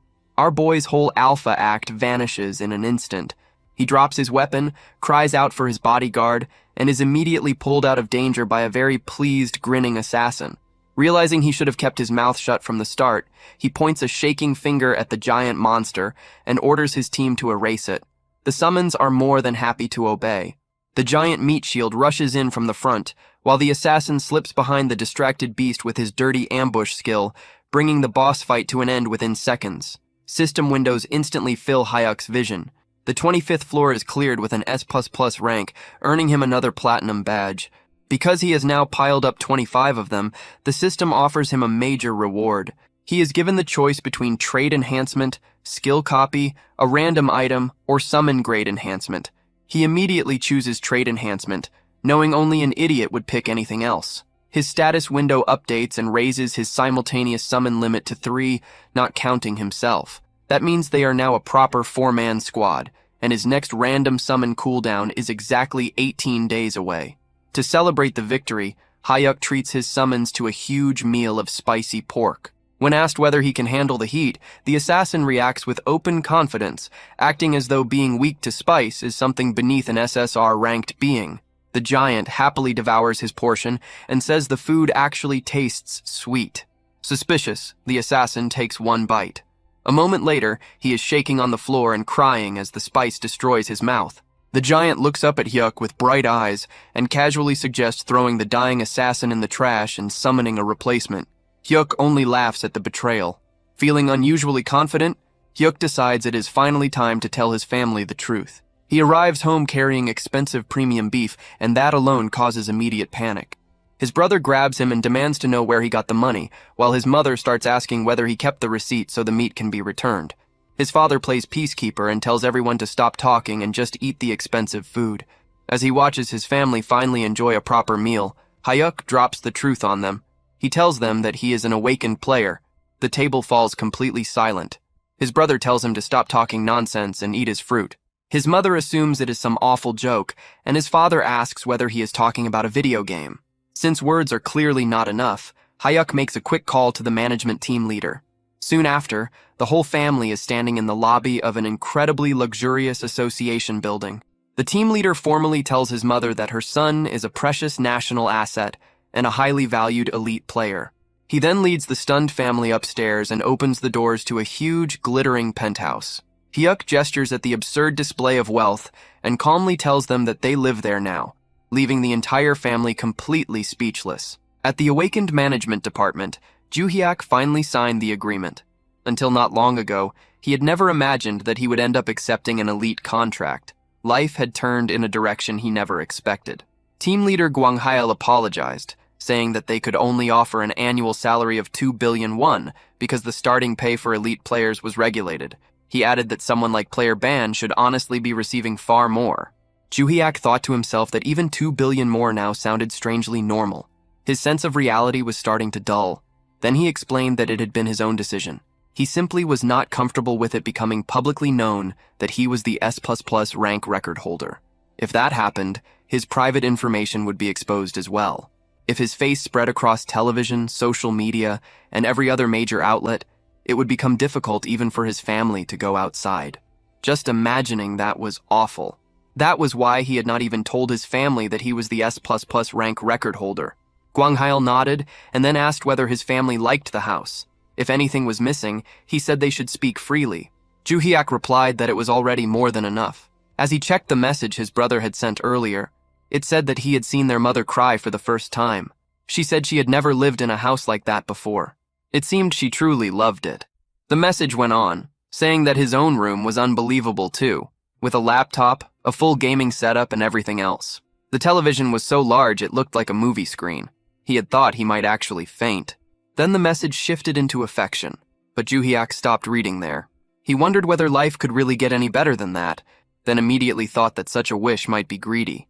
Gwang-hail then showed Joo-hyuk the office residence where he would be staying and explained that everything had already been prepared. It had been fully furnished, with appliances and furniture included, so he could move in at once. He asked if Joo-hyuk was truly fine with a 2-bedroom unit, adding that they could provide something larger. Joo-hyuk liked it, and to him, it already felt like a penthouse. Meanwhile, in the largest penthouse in Korea, located in Seoul, a residence owned by a rank 1 player, 2 women were peacefully enjoying the view from the pool. Then a man rose up from the water and broke the calm, asking how long they planned to keep swimming so boringly and whether they should not go out and have some fun instead. This was Joo-hyuk, the rank 1 player. His trait was all-weapon warrior. He held the highest proficiency across all weapons and possessed many deadly and ultimate skills. At present, he was climbing the highest floors of Korea's Black Tower. He lifted shot glasses filled with whiskey and remarked that 1 glass alone was worth 5 million won. Then he jokingly asked how the liquor tasted. One of the women laughed and said that if the alcohol tasted sweet that day, she might end up drinking all of it. Another woman then said that she had been curious about something. She noted that since he was a top player, he might know the answer. Hugh Keelman asked what it was. She then asked who on earth the record holder was for consecutive S++ clears through the 25th floor. That was all anyone had been talking about lately, and she was genuinely curious. He scoffed and asked what was so impressive about a mere 25th floor. He said he had no interest in some low-level nobody like that. But she kept pushing with a teasing tone, saying that an S++ clear was a world first, and asking whether he truly was not curious that such a player existed in their own country. Another woman tried to stop her, but before she could say more, he suddenly poured whiskey over her head. He coldly told her to keep talking. Then he warned the woman to listen carefully. He asked what she thought would happen if he stopped clearing the 66th floor right now. She froze in place. The Black Tower was currently forming in Gangjeong, but he asked what would happen if it appeared near a major city next time. Would South Korea be destroyed? She shook so badly that tears were almost ready to fall. She apologized, but he showed no mercy.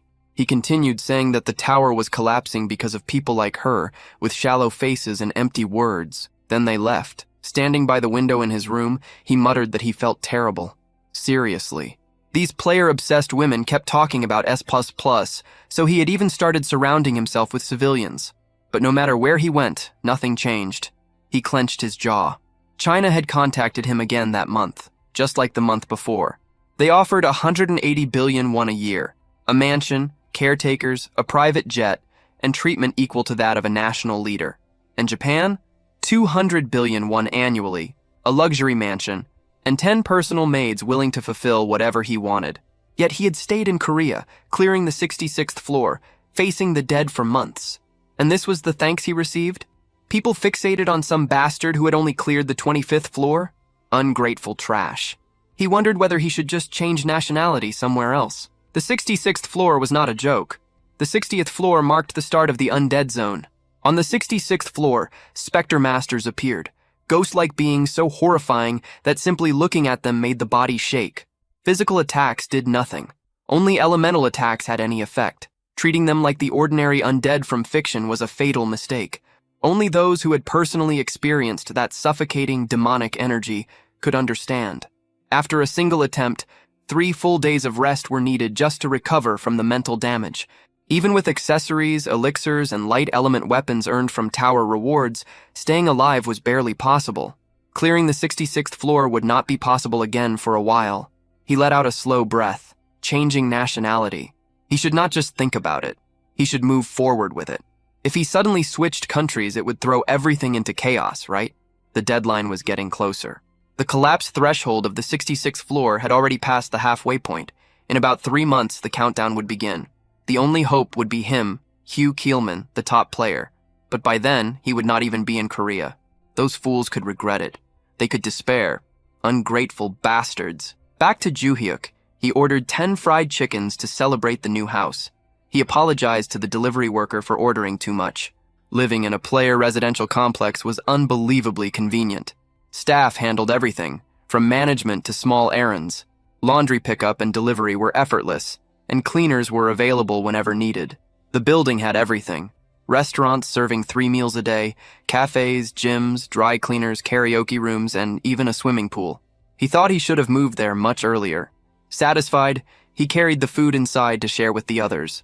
They had just finished the 26th floor mission, eliminating 20 swamp trolls. The swamp made the stage notoriously difficult, but thanks to his shadow skill, everything had gone smoothly. He had even taken one down himself. He stepped into the room and called out, asking what they were all watching so seriously now that the chicken had arrived. On the 100-inch television, a girl group was performing. Even Meatball could not look away. Juhyuk recognized it at once. A girl group on a 100-inch TV was dazzling enough to overwhelm anyone. Soon, they started eating.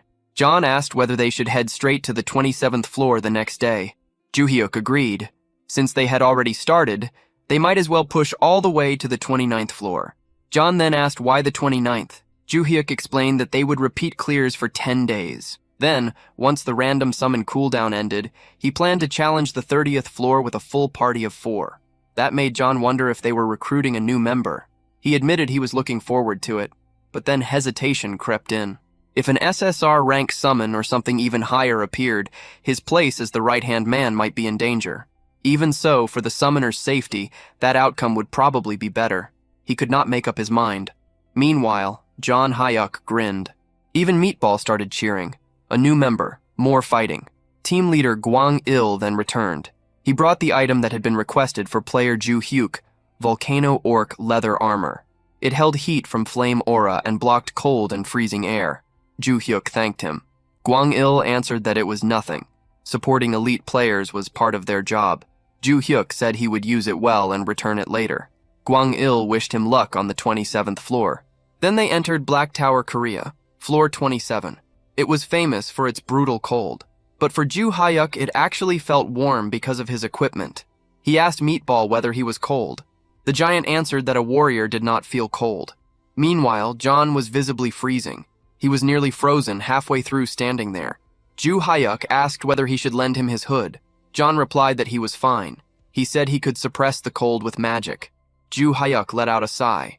If only he had brains, Meatball would have been a true SSR. John then said that it got better when he moved, and that they should start hunting immediately. He rushed forward. Ju Hyuk muttered that he had thought Mr. Kozak had gone wild because of the cold, but to him it felt like sitting under a heated blanket. Honestly, even moving felt bothersome. Still, he figured he should at least catch one. He moved ahead with Meatball. But within seconds, a notification appeared telling him that he had successfully cleared floor 27. Ju Hyuk blinked in disbelief. Already? John answered in a shivering voice that he had cleared it for his summoner. In truth, he had mostly done it for himself. Then another notification appeared. An item had dropped. It was the tower-exclusive Roland Kingdom Paladin Captain's Holy Sword. It was a two-handed sword, but it was badly worn down. When Ju Hyuk picked it up, it felt extremely heavy. He could not tell what made it better than his current mace. He decided he would store it for now and throw it away later. Tower-exclusive Roland Kingdom Paladin Captain's Holy Sword. Its effects were increased attack power, sacred fire, spirit stability, and higher critical rate when fighting undead. Its limitation was that those effects applied only to undead enemies. Its durability was extremely low, meaning it needed repair after use. Its special feature was a faint radiance that infused both the wielder's body and sword. Ju Hyuk asked Meatball whether he wanted to try the sword, but the giant muttered that a warrior used his fists. Then Ju Hyuk turned to John and asked whether he needed it. John answered casually that the gear he used was wyvern leather armor and dwarven daggers. He only dealt in top-tier equipment. Both of them were stubborn in their own way. Ju Hyuk thought to himself that selling it really might be the only option. He wondered whether he should go back to the player shop. The sword was so old that he had no idea whether it would even sell. Still, before getting rid of it, he decided he should test it once. John told him to go ahead and wished him luck. Ju Hyuk swung the sword twice, and after just those 2 swings, all his stamina was gone. John nodded and praised him, saying it was impressive, exactly as expected of Summoner Ban. But Ju Hyuk answered that he could not even lift it properly, so the praise made no sense. This man truly had no idea when to stop. Even so, John added that he had done well. After all, physical ability was limited outside the tower. Ju Hyuk then asked whether there was really no way to remove that limit. John paused for a moment before saying that it was possible. If the boundary between the real world and the tower disappeared, that restriction would be lifted. The many towers across Earth would collapse, and reality itself would become the same as the tower. And when that happened, players would be able to use their full power. He looked at him with a serious expression and said that such a thing would be a sign of coming disaster. At the Japanese embassy in Korea, located in Gwanghwamun, a call came in. The message said that the rabbit wanted to leave its old nest and move to a new one. The rabbit referred to none other than the rank 1 player, Hugh Keelman. That was good news. Very good news indeed, the counselor replied. However, he added that the caller would have to bring him over personally. The wolves were watching the rabbit. He told them not to worry, saying calmly that he would handle it. Counselor Tomo of the Japanese embassy gave a faint smile. A storm was about to strike. 2 days later, at Black Tower in Gwanghwamun, Republic of Korea, floor 65 had been cleared. Progress stood at floor 66 with the deadline showing 92 days, 13 hours, 34 minutes, and 52 seconds. Jung-Hook felt uneasy as he remembered what John had said about it being an omen of doom. Still, The higher floors were meant to be handled by top players like Hugh Keelman, right? Worrying would not change anything. He only needed to keep climbing at his own pace. So he decided that since they had cleared the 28th floor yesterday, today they would take on the 29th. The 28th floor had been troublesome, with giant trolls attacking from the tops of enormous trees. It would have been difficult for John alone, but thanks to Meatball, they had managed it. Thinking back, Jong-Huk wondered how they had even dealt with those trees. If Meatball had only a little more intelligence, he would have been a true SSR. They had dropped from the trees like chestnuts. John had shouted a warning, and his finishing strike had been clean. But the 29th floor was different. It was infamous for its filthy plague trolls, creatures that wandered around dripping yellow pus and foul discharge. Some players had even gotten sick during their attempts. Jong-Huk decided they needed to prepare carefully, then summoned John and Meatball. John immediately announced his presence with pride, saying he was at his summoner's service. Meatball quietly said that he was there as well. Jong-Huk muttered for Meatball to please stop calling himself Meatball. Then they entered the 29th floor. Jong-Huk asked whether the two of them were really fine without masks. Meatball confidently answered that warriors did not get sick.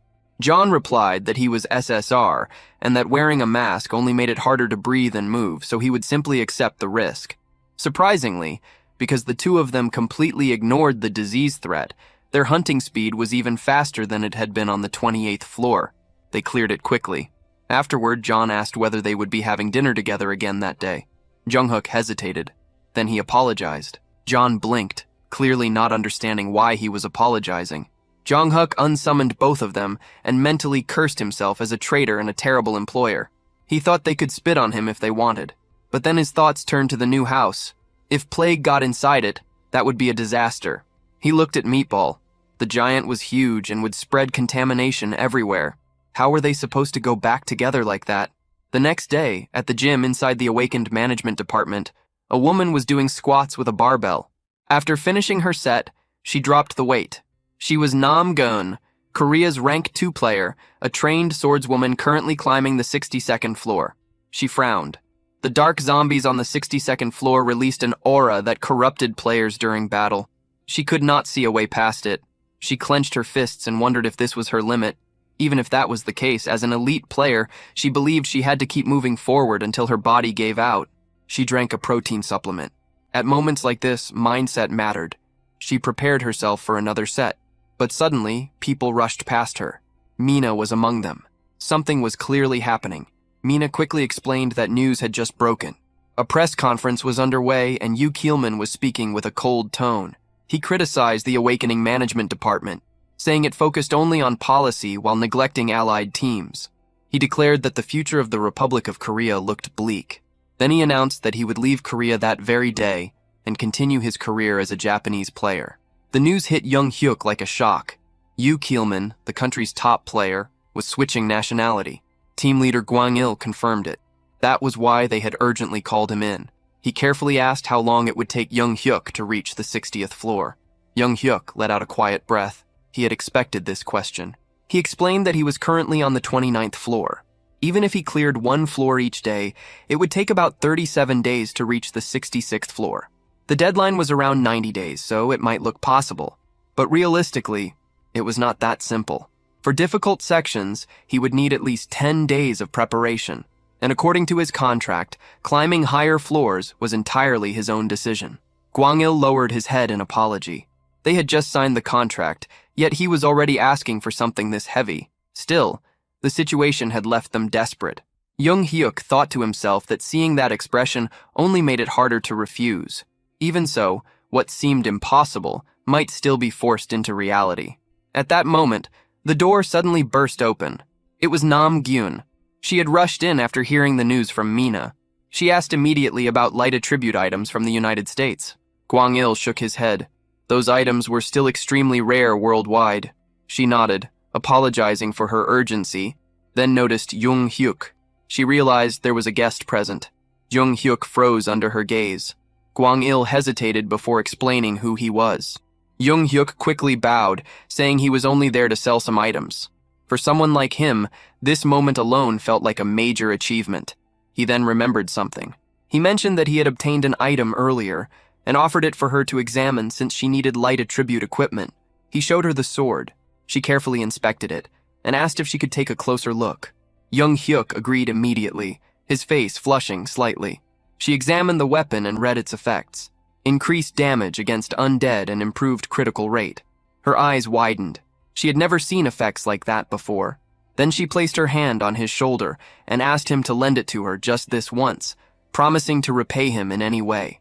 Young Hyuk froze completely. Her face was close, far too close. His thoughts stopped entirely. He could not process anything beyond how beautiful she looked. For a brief moment, his mind drifted away from reality. He imagined an impossible future, standing beside her, living a completely different life. But in reality, he was simply standing there, lost in his own thoughts, with an awkward expression frozen on his face. Then she spoke again, asking whether he had just said he would lend her the holy sword. That was when Young Hyuk finally returned to reality. He realized that he had drifted off into a ridiculous fantasy without even noticing. Startled, he straightened up at once.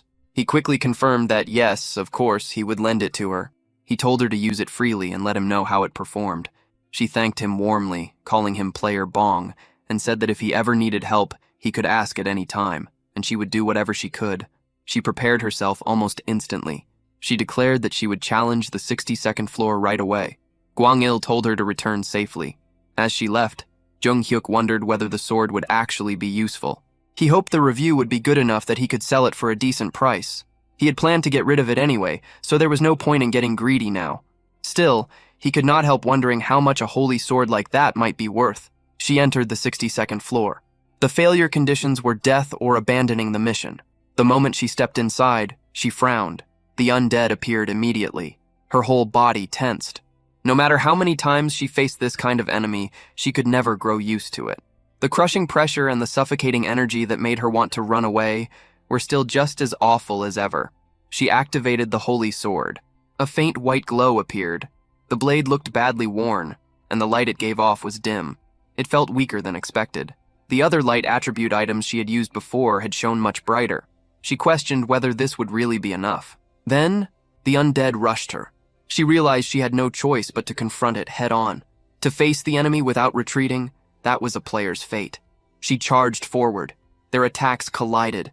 The undead's claws were wrapped in dark energy, and that power came crashing toward her. Her body immediately felt heavy. At first, it seemed as though nothing had changed. She thought the sword was useless. Then suddenly, a system notification appeared. Holy Sword Effect, Steadfast Mind activated.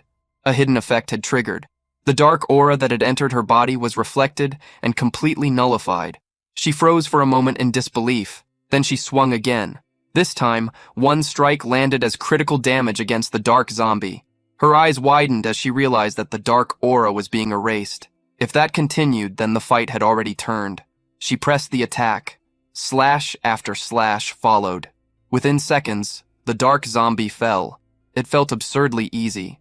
And from there, she began tearing through the floor without stopping. Meanwhile, team leader Gwanyul checked the time. It had been 2 hours since she entered the 62nd floor. Whenever player Namgun failed, she usually returned by then. He wondered how it would go this time. Then she appeared. Juhyuk's eyes sharpened. She was back. Gwanyul welcomed her back and praised her effort. She told him to wait a moment while she took a healing potion and removed her armor. Juhyuk immediately thought that there was no way she could have already cleared it, so he assumed she must have abandoned the mission. Maybe even with the holy sword, it had still been impossible. He nervously asked how it had gone and said he was glad she returned safely. He asked whether the holy sword had at least been somewhat useful, and added that if it had not been good, she could be honest about it. She gave no answer at all. Instead, she walked straight toward him and wrapped him in a tight hug. And in that instant, something inside Juhyuk's lifelong, painfully untouched existence cracked apart completely. His brain stopped working. He could barely process what was happening. To him, she suddenly felt far too aggressive, far too close, and far too dangerous for his sanity. And just like that, his mind slipped straight back into full delusion mode. Now his mind had already gone even further, imagining the two of them attending their child's elementary school orientation together. She thanked him with complete sincerity, saying that without the holy sword he had lent her, she would have definitely failed.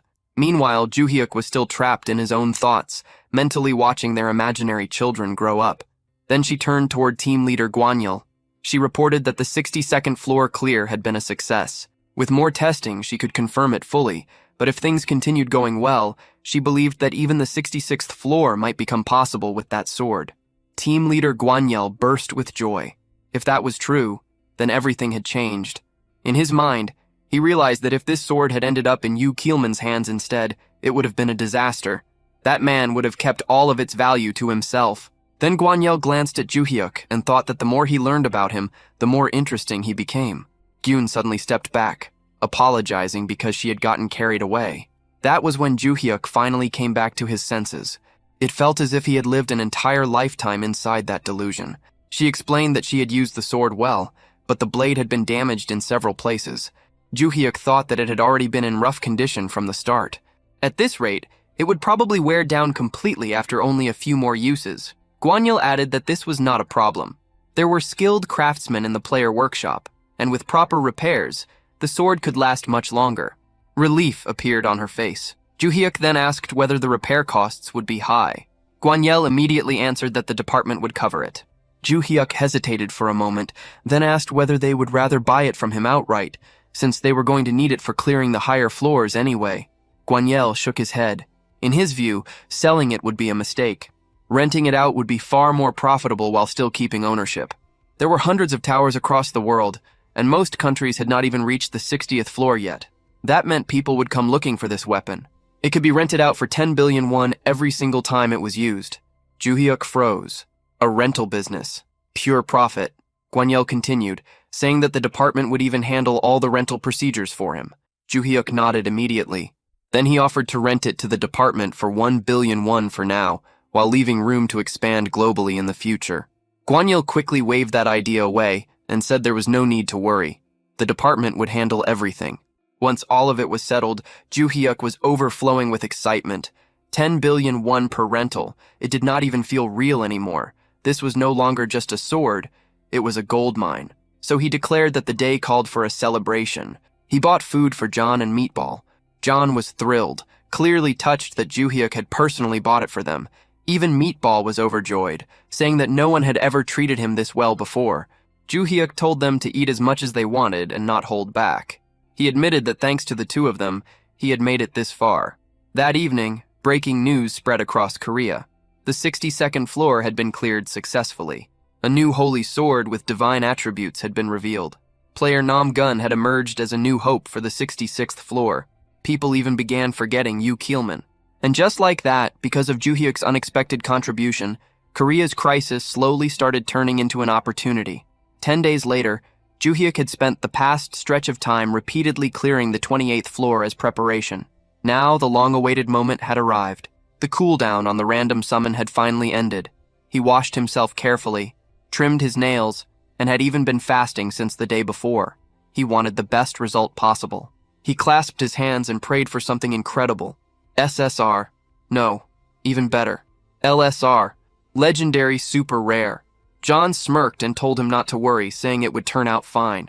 Surely they would not end up with another summon like Meatball. Meatball immediately reacted to that. Juhyuk replied that there was nothing wrong with Meatball. After all, he had helped them clear so many floors already.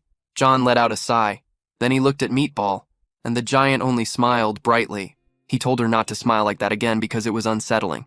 Then he forced himself to focus. Juhyuk called out for the random summon, praying that the result would be a high grade. A light appeared. A figure began to take shape, and it looked like a woman. It was a female summon.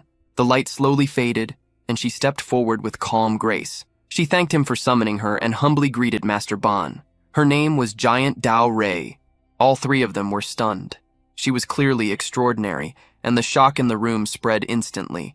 Juhyuk asked what they were supposed to do now. John could only repeat the same question. Then the girl suddenly summoned a sword along with shaman bells.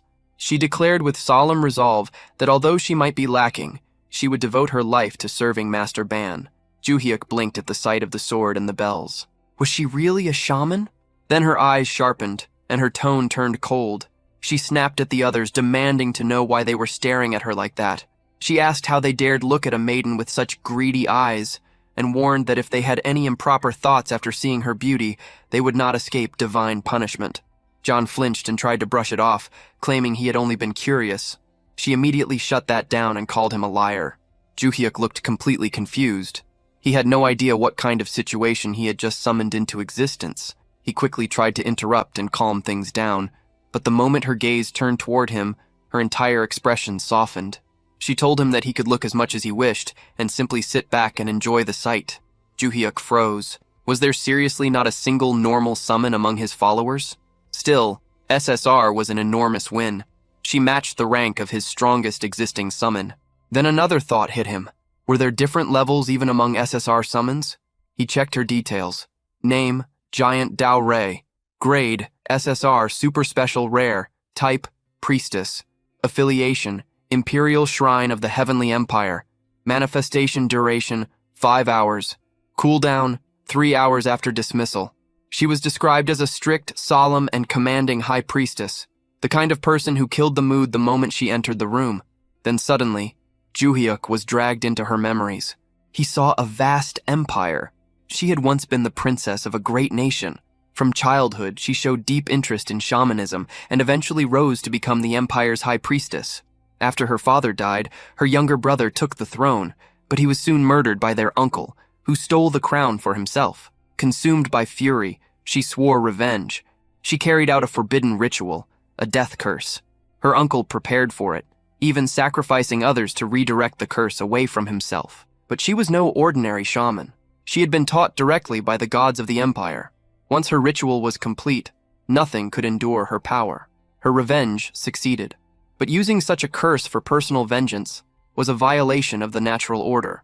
The backlash consumed her, and she died young. Ju-hyuk returned to himself and immediately understood more. That explained her nature, her severity, and the force in her personality. It all fit. He then asked her a careful question. She answered that she was honored and told him not to hesitate. He asked who had founded the Chang Empire. She answered without the slightest delay.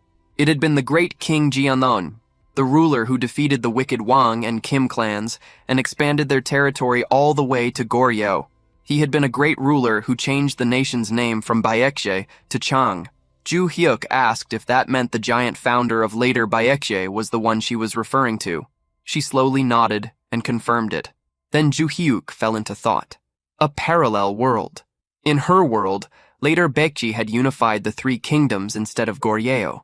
Kozak had once mentioned that his previous world also resembled modern Earth. Ju-hyuk kept thinking. The history before the three kingdoms matched what he knew. It seemed that history had split off exactly around that era. It was fascinating. No wonder she carried herself that way. She had literally been a princess. Then suddenly, another thought hit him. He had been fasting since the day before for the summon. Now that everyone was gathered, maybe they should eat some ramen. John agreed immediately and asked for a mild one. Then Ju-hyuk turned to Jian and asked about her choice. She hesitated, feeling that being picky about food went against proper conduct. Meatball said everything sounded amazing. John added that anything made by Master Bong was the best. Ju-hyuk smiled and said he would make it quickly, telling them to just grab a large bowl. Then Jian suddenly exploded. She demanded to know how they could act so shamelessly when they were merely summons. She said they deserved a beating and told them to get lost immediately. How could they allow Master Bong to prepare food with his own hands? Her sudden outburst startled Ju-hyuk.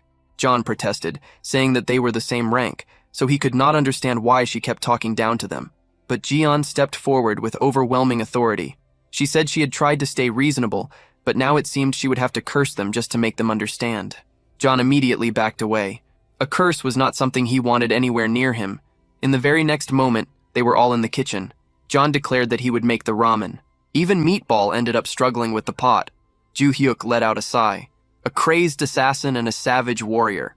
Apparently even these death-defying lunatics still had things they feared. After the meal, Ju-hyuk asked if they should head to the tower. Jian declared that this maiden would serve him with complete loyalty and that he only needed to give the order. Then they entered the 30th floor. Ju-hyuk thought that Jian joining them might actually be a good thing. Kozak was completely intimidated by her now, so maybe that would force him to behave. John warned him not to act carelessly. Jian snapped right back and called him a brat, telling him to mind his manners. John answered that loyalty meant safety first. Meatball then declared that he would handle everything himself and that he would protect the summoner even if it cost his life. Jian heard that and turned to John, saying that although she first took him for ill-bred trash with no manners, His spirit was at least in the right place. John flushed a little and muttered to himself, wondering if the hierarchy had already been settled. The mission appeared. Defeat 18 trolls and 1 twin-headed troll. Time limit, 13 hours. John started analyzing the situation. He wondered how a shaman like Jian actually fought. Based on her past, he assumed it would involve curses. Maybe she would unleash some kind of death ritual on them. Then Jian suddenly summoned speakers. Normally, she explained, she would need a master drummer, but since she was alone, she had to make do with another method. Then she began the ritual. She declared that the god's protection was with Master Bong and ordered the wicked spirits to disappear. Divine energy spread across the battlefield. Meatball's body swelled with power, and his skin turned hard like steel. Even the troll's attacks could not leave a mark on him. With a single swing, he erased more than 10 trolls at once. Jong Hyuk's senses grew sharper. His attacks felt quicker, cleaner, and far more deadly. The trolls themselves began to slow down. He immediately realized that she was applying buffs and debuffs at the same time. He had never seen anything like it before. His fighting spirit surged wildly inside him. So he shouted that it was time for him to hunt some too. He tried to rush toward the trolls, but Jian grabbed him at once. She told him to hold back, insisting that combat was best left to his servants. He only needed to sit comfortably and watch. Jong Hyuk felt frustrated. He only wanted to take down one. But Jian could not understand why he would lower himself to stand beside such lowly beings. She insisted that he must not degrade himself like that. Jong Hyuk realized he was about to miss everything again. He told her to let go, but she refused. He could only curse the situation as it happened all over again. Before he could do anything, the mission was already finished. A level-up notification popped up. Jong Hyuk let out a sigh and thought bitterly that he had not managed to defeat even one enemy. He felt that he should have ignored her and forced his way in. Then Jian looked at him. She asked whether he was displeased. Her eyes shook visibly. She looked as though she might start crying at any second. Jong Hyuk froze. For a moment he could only stare, realizing that she really did look like she was about to cry. Leaving Ju Hyuk stunned and with no idea how to respond, he stood there completely lost as Giant Delray broke down in tears. Through her crying, she tried to explain that everything she had done came only from worry for his safety. Again and again, the people around her had disappeared, and she was terrified that the same thing would happen once more. Hearing that, Ju Hyuk finally began to understand the burden she carried. She had lost her father at a young age, been betrayed by someone she trusted, and had even watched her younger brother die. Even knowing the price, she had still chosen revenge, fully aware that it would take her own life in return.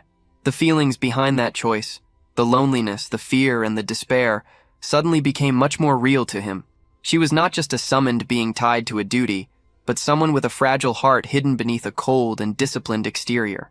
Ju Hyuk reassured her and promised that he would stay safe and would not recklessly throw himself into danger. That simple promise was enough to settle her. At that moment, John and Go Bang returned after finishing the cleanup. The instant John saw her crying, he completely misunderstood the situation. Assuming it had something to do with him, his reaction only made things worse. Covered in monster blood, he immediately drew her anger again and was quickly chased off under the threat of another chant, leaving him no choice but to retreat without resistance. Later, back at home, Ju Hyuk counted the rewards they had gained from their progress. After collecting 30 badges, he unlocked a hidden reward, a cooldown reset ticket for his summoning skill.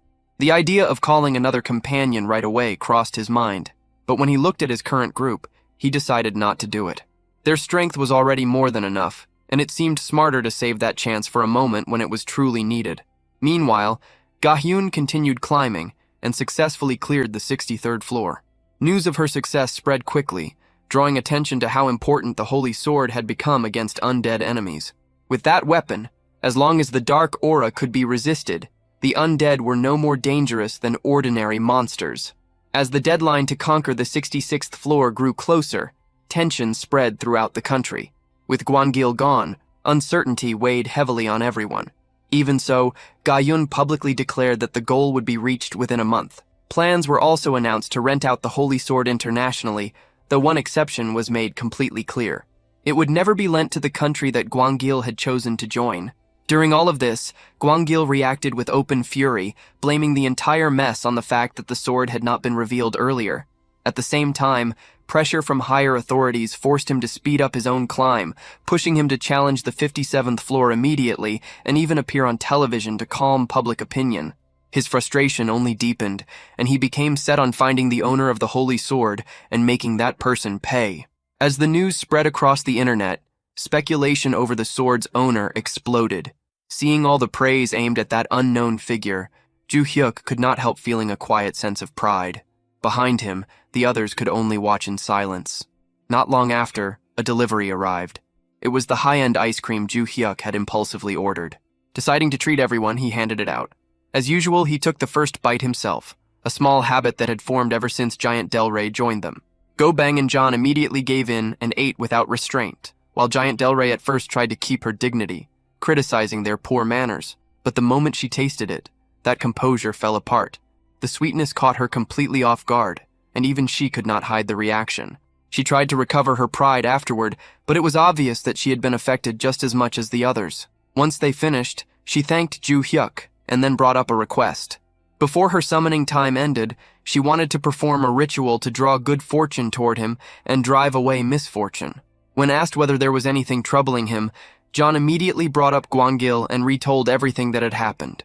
The moment Giant Delray heard the story, anger rose inside her. She declared that such a person should not go without punishment and asked for an item that had once belonged to him. Ju Hyuk refused at first, worried about what might happen if she used another dangerous curse. But she explained that this would not be a death curse. It would be a karmic ritual, something that would only speed up the natural consequences of his own actions. She assured him that it would not harm her, and after hearing that, Ju Hyuk agreed. Soon afterward, John returned with an item Gwangil had once used. Using that object, Giant Delray began the ritual and called upon the balance of karma. When the process ended, an unseen force settled into place, leaving the result to fate. Depending on the weight of Gwangil's past actions, the outcome could range from small misfortune to something far more severe. Elsewhere, Gwangil appeared on television, now presented as Japan's sole hope for conquering the Black Tower. As Japan's symbol for that mission, Gwangil stepped onto the stage and was met at once with loud applause. During the broadcast, he carried himself with full confidence, explaining that although there was still time before the deadline, he had chosen to move early in order to reassure the public. With his strength, clearing the 57th floor seemed like nothing difficult at all, and he intended to prove it right there on the spot. Without hesitation, he entered the Black Tower. The mission was to hunt 15 flame wyverns within 14 hours, creatures that dominated the sky and preyed on ogres. He had cleared this floor many times before, so he knew its patterns well. Even so, as the fight began, a strange sense of unease started creeping over him. He began by targeting enemies that were isolated, the usual method for avoiding being surrounded. As an all-weapon user, he could adjust to any distance, so he opened the battle with long-range attacks. But something immediately felt wrong. The first arrow he released deflected in an unexpected direction, striking a different wyvern and drawing extra attention, though dealing with two at once was still within his ability. Even so, the battle did not unfold the way it should have. After bringing them down, he noticed something unusual. Not a single one of his attacks had triggered critical damage. He brushed it aside and moved forward. Then things got even worse. A sudden sneeze ruined his aim, sending an arrow straight into a cluster of wyverns. At once, 3 of them focused on him and launched a coordinated assault. Even stranger, all 3 released dragon breath at the same time, something rarely seen because of the burden it placed on them. Forced into a desperate corner, Gwangil brought out his strongest skills and barely survived the clash. After a brutal fight, he killed 2 of them, leaving 1 weakened wyvern behind. Thinking he had regained control of the situation, he moved in to finish it. That confidence vanished almost immediately. As he stepped back, he accidentally crushed a wyvern egg hidden on the ground, something that should never have been there in the first place. The cry of the hatchling rang across the battlefield and drew the attention of the nearby wyverns. The moment he understood the danger, Gwangil realized that staying any longer would get him killed. With no other choice left, he retreated and abandoned the challenge. Outside the tower, the timing could not have been worse. He reappeared right in the middle of a live stage performance. The audience was shocked, but he ignored everything around him and immediately drank a healing potion. Even with the crowd erupting around him, he showed no reaction and walked away in silence. News of his failure spread across the world at once.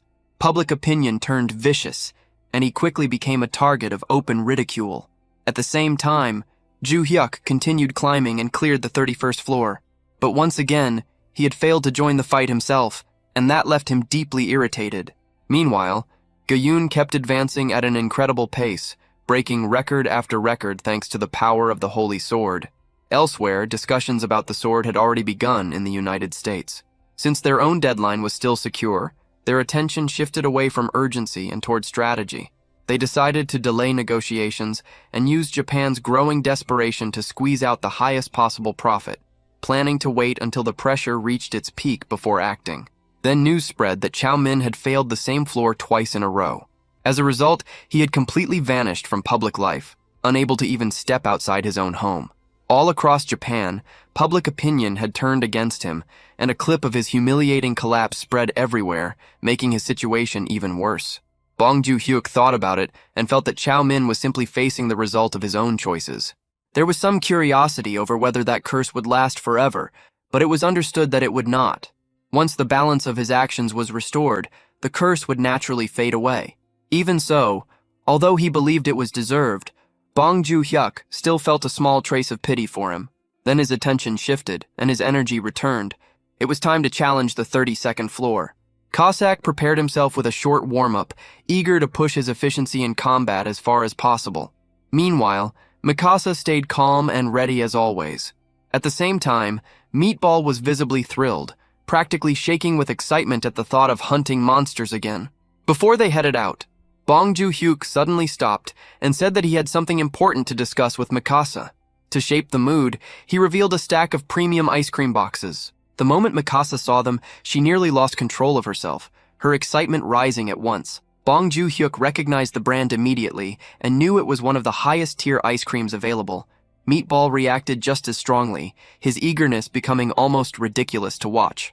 Bong Joo-hyuk found Cossack's knowledge of the brand a little strange, but he let it pass and told both Cossack and Meatball to leave the room so he could speak with Mikasa alone. The two reacted dramatically, begging not to be left out, their emotions swinging all over the place. In the end, Bong Joo-hyuk had to promise them meat if they left, and that instantly changed their attitude. Without any further resistance, they walked out.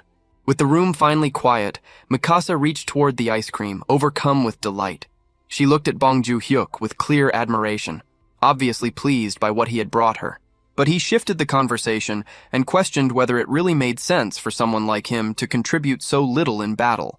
Determined to change that, he declared that from that point on, he would personally hunt several monsters himself. Mikasa tried to negotiate, aiming to limit his involvement for the sake of his safety. After going back and forth for a while, they reached a compromise. Bong Joo-hyuk would kill 3 monsters per floor. With no better option left, Mikasa accepted the condition. Soon after, they entered the 32nd floor. The mission there was to eliminate Stage 2 Minotaurs. Bong Joo-hyuk explained that Minotaurs appeared from the 31st to the 35th floors, with their stage rising on each level. The environment on those floors suited them perfectly, allowing their bodies to grow larger and larger. While Meatball stood at about 3 meters, the king of those creatures could reach 6 meters in height. Even the Stage 2 Minotaurs standing before them now were around 4 meters tall. Their sheer size alone was enough to shake anyone. Seeing such a huge enemy from up close, Bong Joo-hyuk felt doubt creeping in. After pushing Mikasa to let him fight, backing down now would be humiliating. Just as hesitation started to settle in, Mikasa activated her support magic from behind. Her spell strengthened Bong Joo-hyuk and his summons at the same time, while also slowing the enemies. Encouraged by that silent support, he looked around.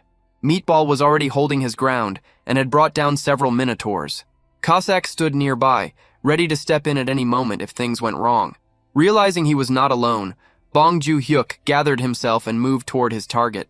The Minotaur attacked first, trying to crush him with force, but Bong Joo-hyuk pushed ahead, using Shadow Step to slip around it. At the right moment, he activated the third form of his primordial Thunder Staff, Falling Thunder Flash, and drove the attack straight into the creature's head, bringing it down in one clean strike. He thought about how repeated floor clears had allowed him to unlock that new form. Its speed and power were on a completely different level, though the cooldown was longer. Despite the fear he had felt at the start, he managed to keep his promise and defeat 3 monsters himself, while Cossack and Meatball cleaned up the rest. Once again, the floor ended with an S++ rank, earning him another platinum badge. The following day, attention turned to Anya, who had just returned from a higher floor. When asked about her progress, she described the 65th floor as extremely difficult. At first, it sounded as though she had struggled badly, but it soon became clear that she had still cleared it in only 6 hours. Everything was moving according to plan, and after a short rest, she intended to challenge the 66th floor. Elsewhere, officials gathered for a meeting to discuss the situation. Even though Chow Man's failures in Japan did not directly affect Korea, unease still remained. After a long discussion, one conclusion was reached. The 66th floor had to be cleared at any cost. Doing so would buy them another 6 months. There was confidence that Bong Joo-hyuk could reach the 60th floor within that time, allowing him and Anya to join forces on the upper floors. Still, one concern remained. People began to worry about whether Bong Joo-hyuk's holy sword would last that long, considering how badly its condition had already started to decline. Even with that concern, trust in his ability remained strong.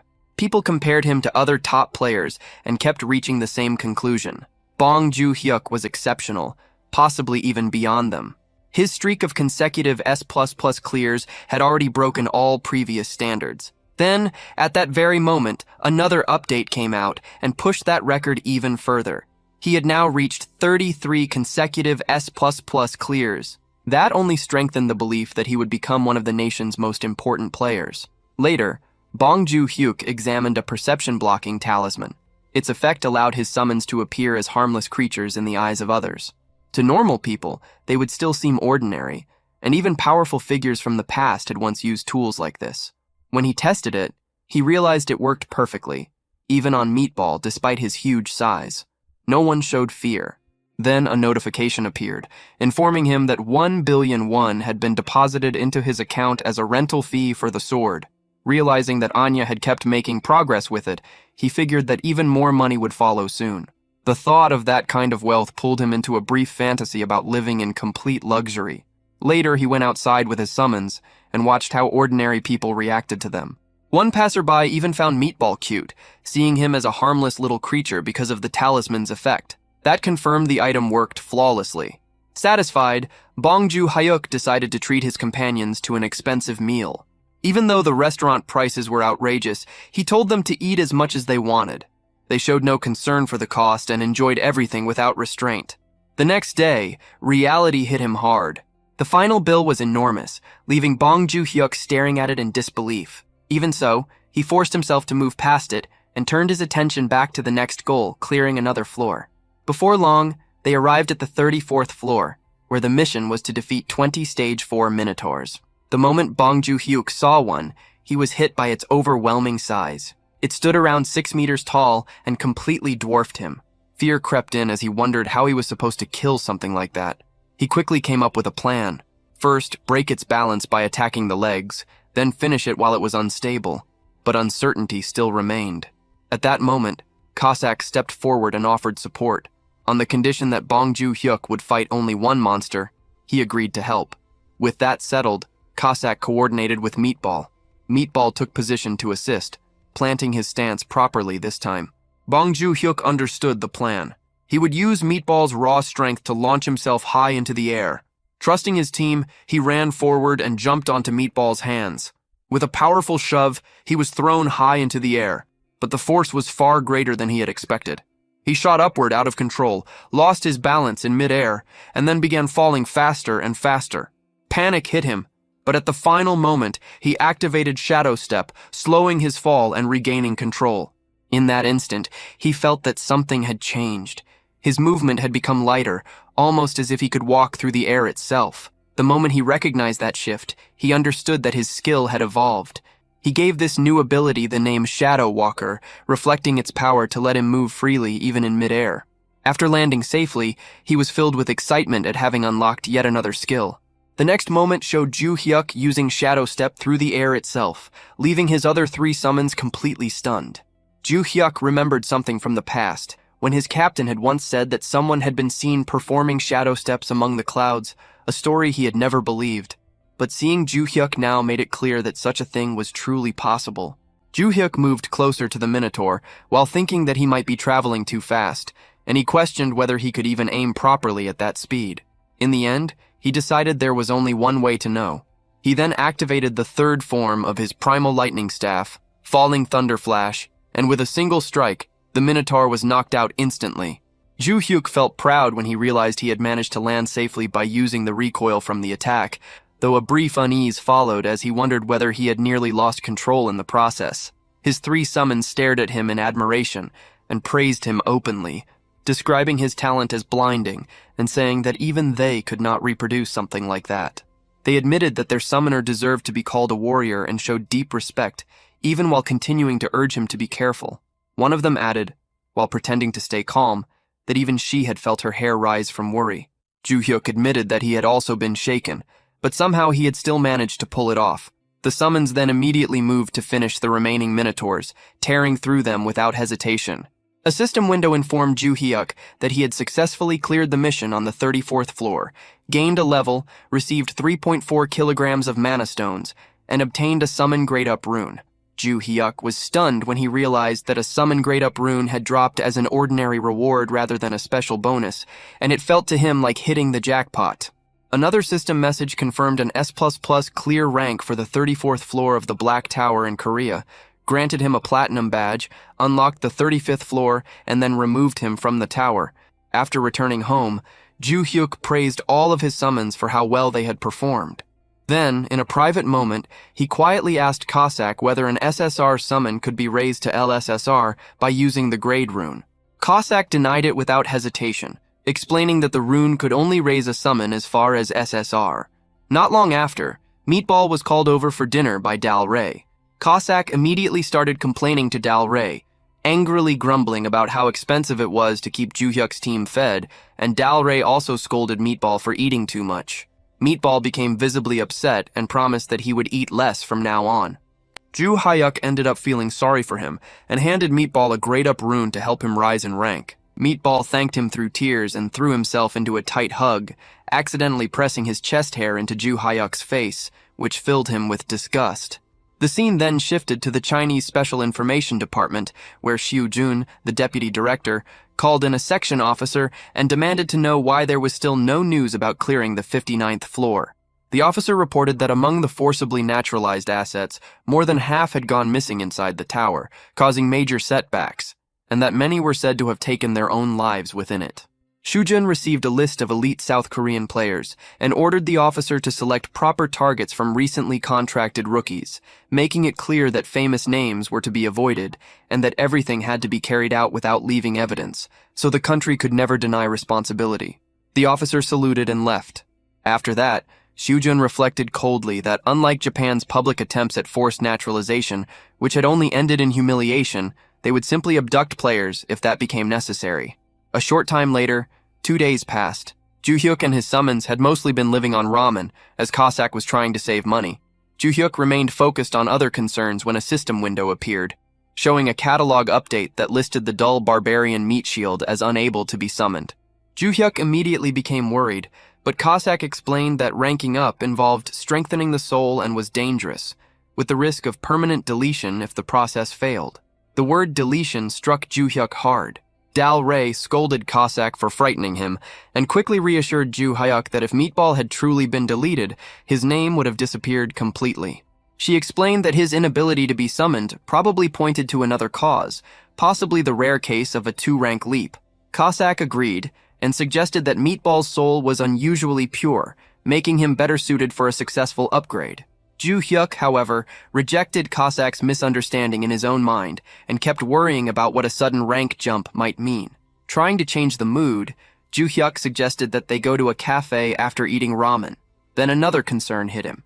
What if Meatball returned even bigger than before, and what if the new house no longer had enough space? The scene shifted to a cafe, where 2 men were talking about the coming raid on the 66th floor, assuming it would be cleared easily because of the Holy Sword. One of them openly expressed admiration for a hero named Nam Gi-un. The other immediately rebuked him for speaking of her without proper respect. Ju Hyuk, moving through the area like any ordinary passerby, stepped in and, without anyone noticing, ended up embracing Nam Gi-un by accident. The cafe drinks and desserts soon arrived, and everyone enjoyed them together. At that moment, Gwangil called Ju Hyuk to congratulate him on his record-breaking streak of consecutive S++ clears. He then brought up the penthouse that had once been used by Yuchi Alman, offering to transfer it to Ju Hyuk for free as a gesture of gratitude for renting out the holy sword at such a low price. Ju Hyuk was caught off guard and asked for time to think before ending the call. Cossack asked who had called, and Ju Hyuk reminded him about the house they had visited earlier. Cossack admitted that it had been magnificent, while Dal Rey agreed that a place like that suited Ju Hyuk's position. Cossack warned him not to trust free gifts, insisting that nothing in life ever came without a price, while Dal Rey encouraged him to accept it as a fair reward for everything he had already contributed. Ju Hyuk remained torn, thinking about how accepting such a gift could make it much harder to refuse future demands from the management department. In the end, he decided that he would buy the house instead. His summons praised that choice, but the moment he checked the price, Ju Hyuk discovered that it was 20 billion won, not the 2 billion he had expected. That left him frozen in place. Cossack asked what had happened, and Ju Hyuk quietly decided that they should leave. As they walked out of the cafe, the summons talked among themselves about how they might not need such a huge home after all. They brought up the trouble of cleaning it, the cost of maintaining it, the long walk to the bathroom at night, the bugs that would gather in the garden, and all the other inconveniences. In the end, they concluded that being with Ju Hyuk mattered more than living in a large place, and they praised his judgment as brilliant. Then, at that moment, 2 suspicious men entered the cafe carrying the smell of weapons, blood, scars, and gunpowder with them. Cossack immediately recognized them as the same kind of people as himself, and silently marked both of them for tracking. Ju Hyuk called for Cossack and told him they were heading home. Cossack decided internally that, for now, he would keep the situation hidden from his summoner, and the scene ended there. The scene shifted to the Awakener's management administration, where Nam Ga-yoon sat in silence, fully absorbed in image training inside her own mind. In her thoughts, she reviewed how the Holy Sword was vital for neutralizing the dark aura of the undead. Even so, she firmly decided that she could not depend on that weapon alone. Her mental training played out clearly, throwing endless enemies at her, including dark mummies, dark zombies, dark skeletons, dark ghouls, and even a full undead army. She had already cut down hundreds of them to reach her current level, strengthening her resolve and sharpening her senses. As the intense image training came to an end, Ga-yoon prepared to leave. Her superior addressed her formally, wishing her luck and telling her to stay careful. Mina also voiced her concern, supporting her with clear worry on her face. With their encouragement behind her, Ga-yoon moved toward the 66th floor of the Korea Black Tower, her focus unshaken as she entered the battlefield. Soon, a skeletal monster appeared in front of her, and without delay, she rushed straight into combat. Hours passed through a brutal struggle, and after 10 exhausting hours, Ga-yoon finally came out of the tower. Her body was drained, her breathing was rough, and the fatigue was obvious. Mina hurried toward her in panic, but Ga-yoon reassured her with a faint smile and a thumbs up, silently showing that she had succeeded. At that moment, a system notification appeared, confirming that the 66th floor of the Korea Black Tower had been cleared. The screen showed detailed information about the location in Gangwon-do, Republic of Korea, the cleared floor, the progression to the 67th floor, and the updated time limits. Hearing the news, Mina excitedly informed Gwangil and their superior, who were overwhelmed with joy. The boss immediately ordered a press release to be sent out without delay, fully understanding the scale of the achievement. The news spread quickly through the media, announcing that South Korea had successfully cleared the 66th floor of the Black Tower. Special broadcasts followed, and the public reacted with huge relief and admiration. Many said they had been holding their breath for 6 months and could finally sleep without fear. Comments poured in, praising the achievement as legendary and admitting that the country might have been doomed without Nam Ga-yoon. Others called her South Korea's new rank one, saying that real heroes were the ones who quietly held the line. The story of sacrifice and loyalty struck the public deeply. People compared her to those who had fled during the crisis, contrasting them with Ga-yoon's unshaken dedication. Emotional reactions spread as viewers admitted they had cried while watching her enter the battle alone. Calls began demanding national support for her, celebrating her achievement along with the Holy Sword Dungeon. During her interview, Ga-yoon humbly credited her success to the support of the citizens, rather than taking all the credit for herself. She also gave sincere thanks to the owner who had lent her the Holy Sword, showing her modest nature despite the massive praise surrounding her. Meanwhile, Jae-hyuk watched the broadcast on television while speaking with Gwang-il on the phone. He had already expected her to succeed, and he felt relieved that the 6 months they gained would give him enough time to climb higher floors at his own pace. After ending the call, he found himself restless, filled with a strong urge to move. He wanted to enter the 35th floor soon, but his progress had been delayed because of Go-bang's condition. Then, a system notification suddenly appeared, showing a catalog update for Savage Meat Shield. Jae-hyuk noticed that the restriction blocking the summon had vanished. Without hesitation, he summoned Meatball, also known as Go-bang. As the summoning finished, Jae-hyuk eagerly wondered whether the result would be SR or SSR rank. The system confirmed that Savage Meat Shield had been successfully called through designated summon. Jae-hyuk welcomed Go-bang back, but his expression quickly shifted into shock when he saw the transformation. Go-bang was no longer the same huge and bulky figure. Instead, he looked fit, muscular, and shockingly handsome, with a sharp body and clear 8-pack abs.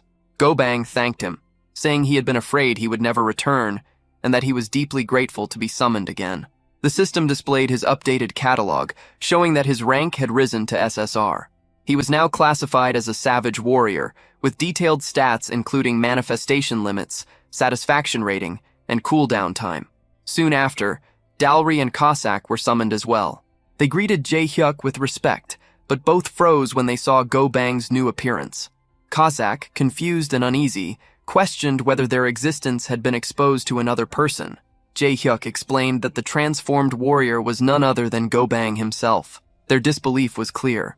As Cossack struggled to accept it, Jae-hyuk congratulated Go-bang on his reinforcement, noting that the sharp rise in rank had changed his body completely. To confirm his identity, Jae-hyuk asked Go-bang to recite the 3 laws of the summoned.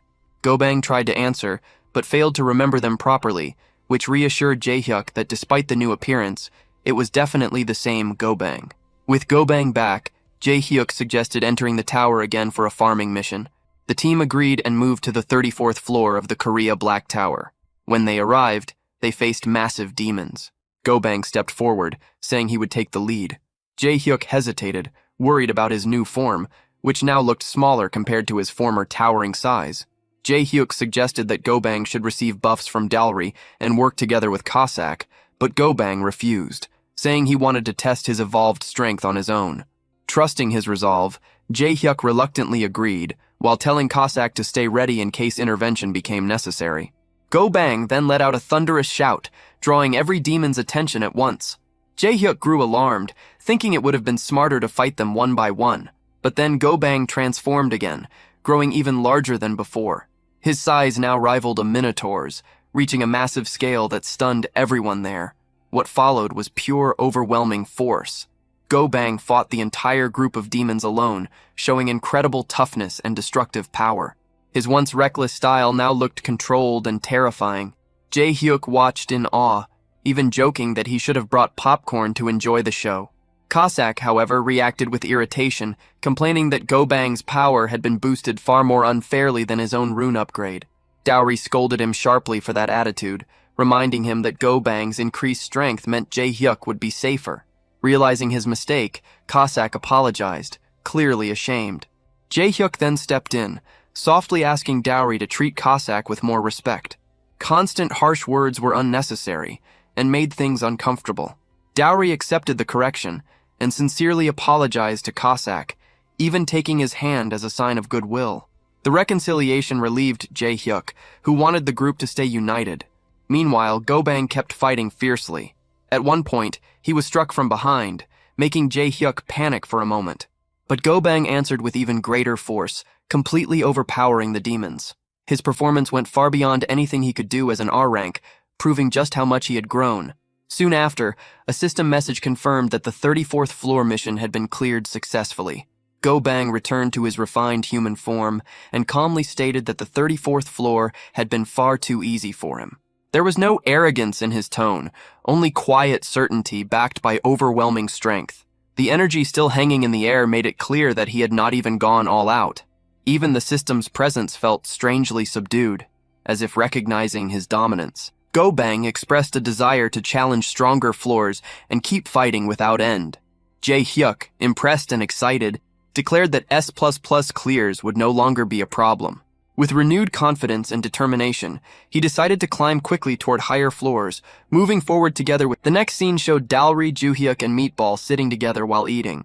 Joohyuk looked at Meatball and smiled, thinking that with his increased firepower and a more compact SSR form, things felt satisfying in many ways. However, despite the change in appearance, Meatball still ate like a wild animal, throwing food everywhere.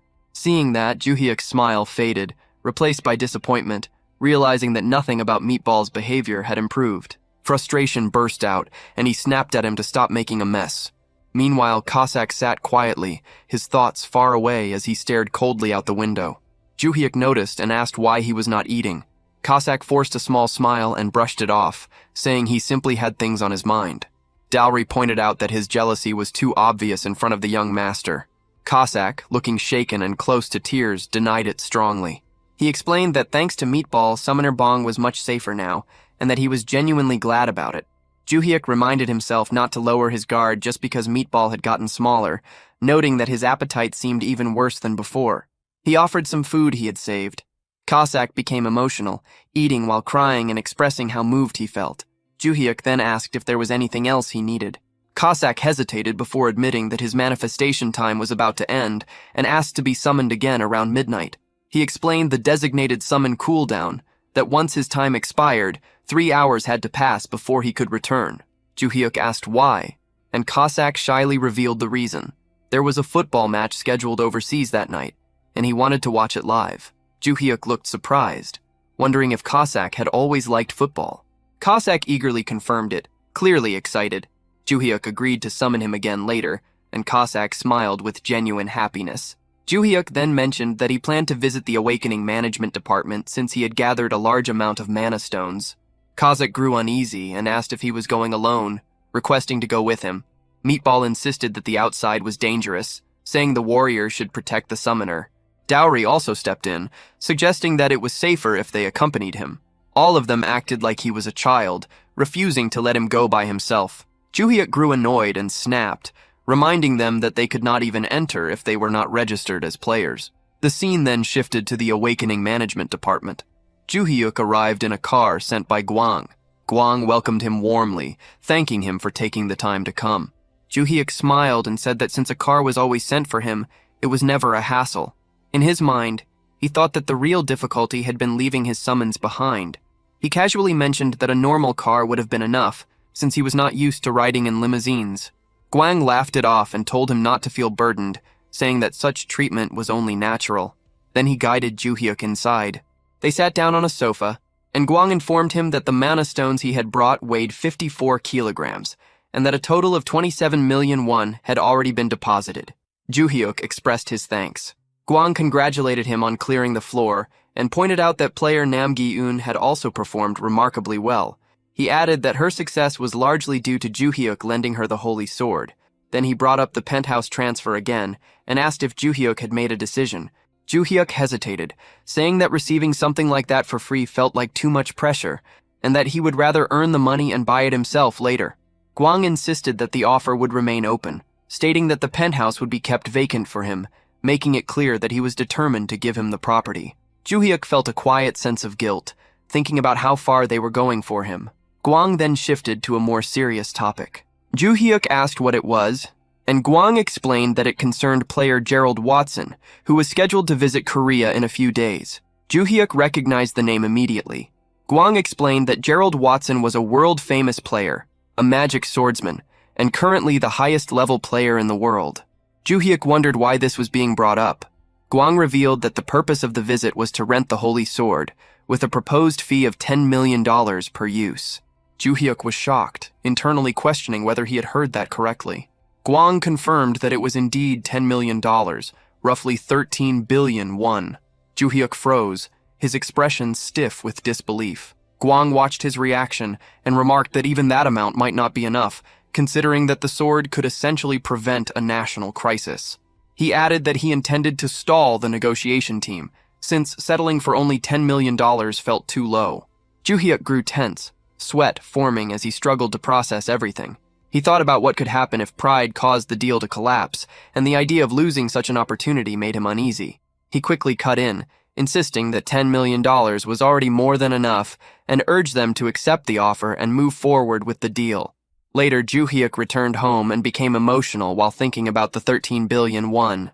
Tears of happiness ran down his face as he realized that his 2 billion won salary could now be treated like pocket money. He thought about his parents and felt that he had finally made it. Feeling hungry, he considered ordering fried chicken, jokbal, beef yuko, or tuna sashimi, even thinking about ordering everything at once. But he stopped himself and chose to eat ramen instead. As he ate, tears continued to fall, not from sadness, but from relief and happiness. He thought about saving tuna sashimi to enjoy later with his summons, realizing that he was already satisfied just eating ramen for now. As night came, Joo-hyuk summoned Cossack again. He mentioned that he was exhausted from moving around all day and would not be able to stay awake to see him off when his time ended. He told Cossack to enjoy the football match as much as he wanted. Cossack began watching the game while Joo-hyuk fell asleep. After Joo-hyuk drifted off, Cossack quietly stepped outside. He reflected that the tracking mark he had placed had no physical form, and that it could not be detected or removed by anyone on Earth. He traced the marks he had placed on the two suspicious figures the day before.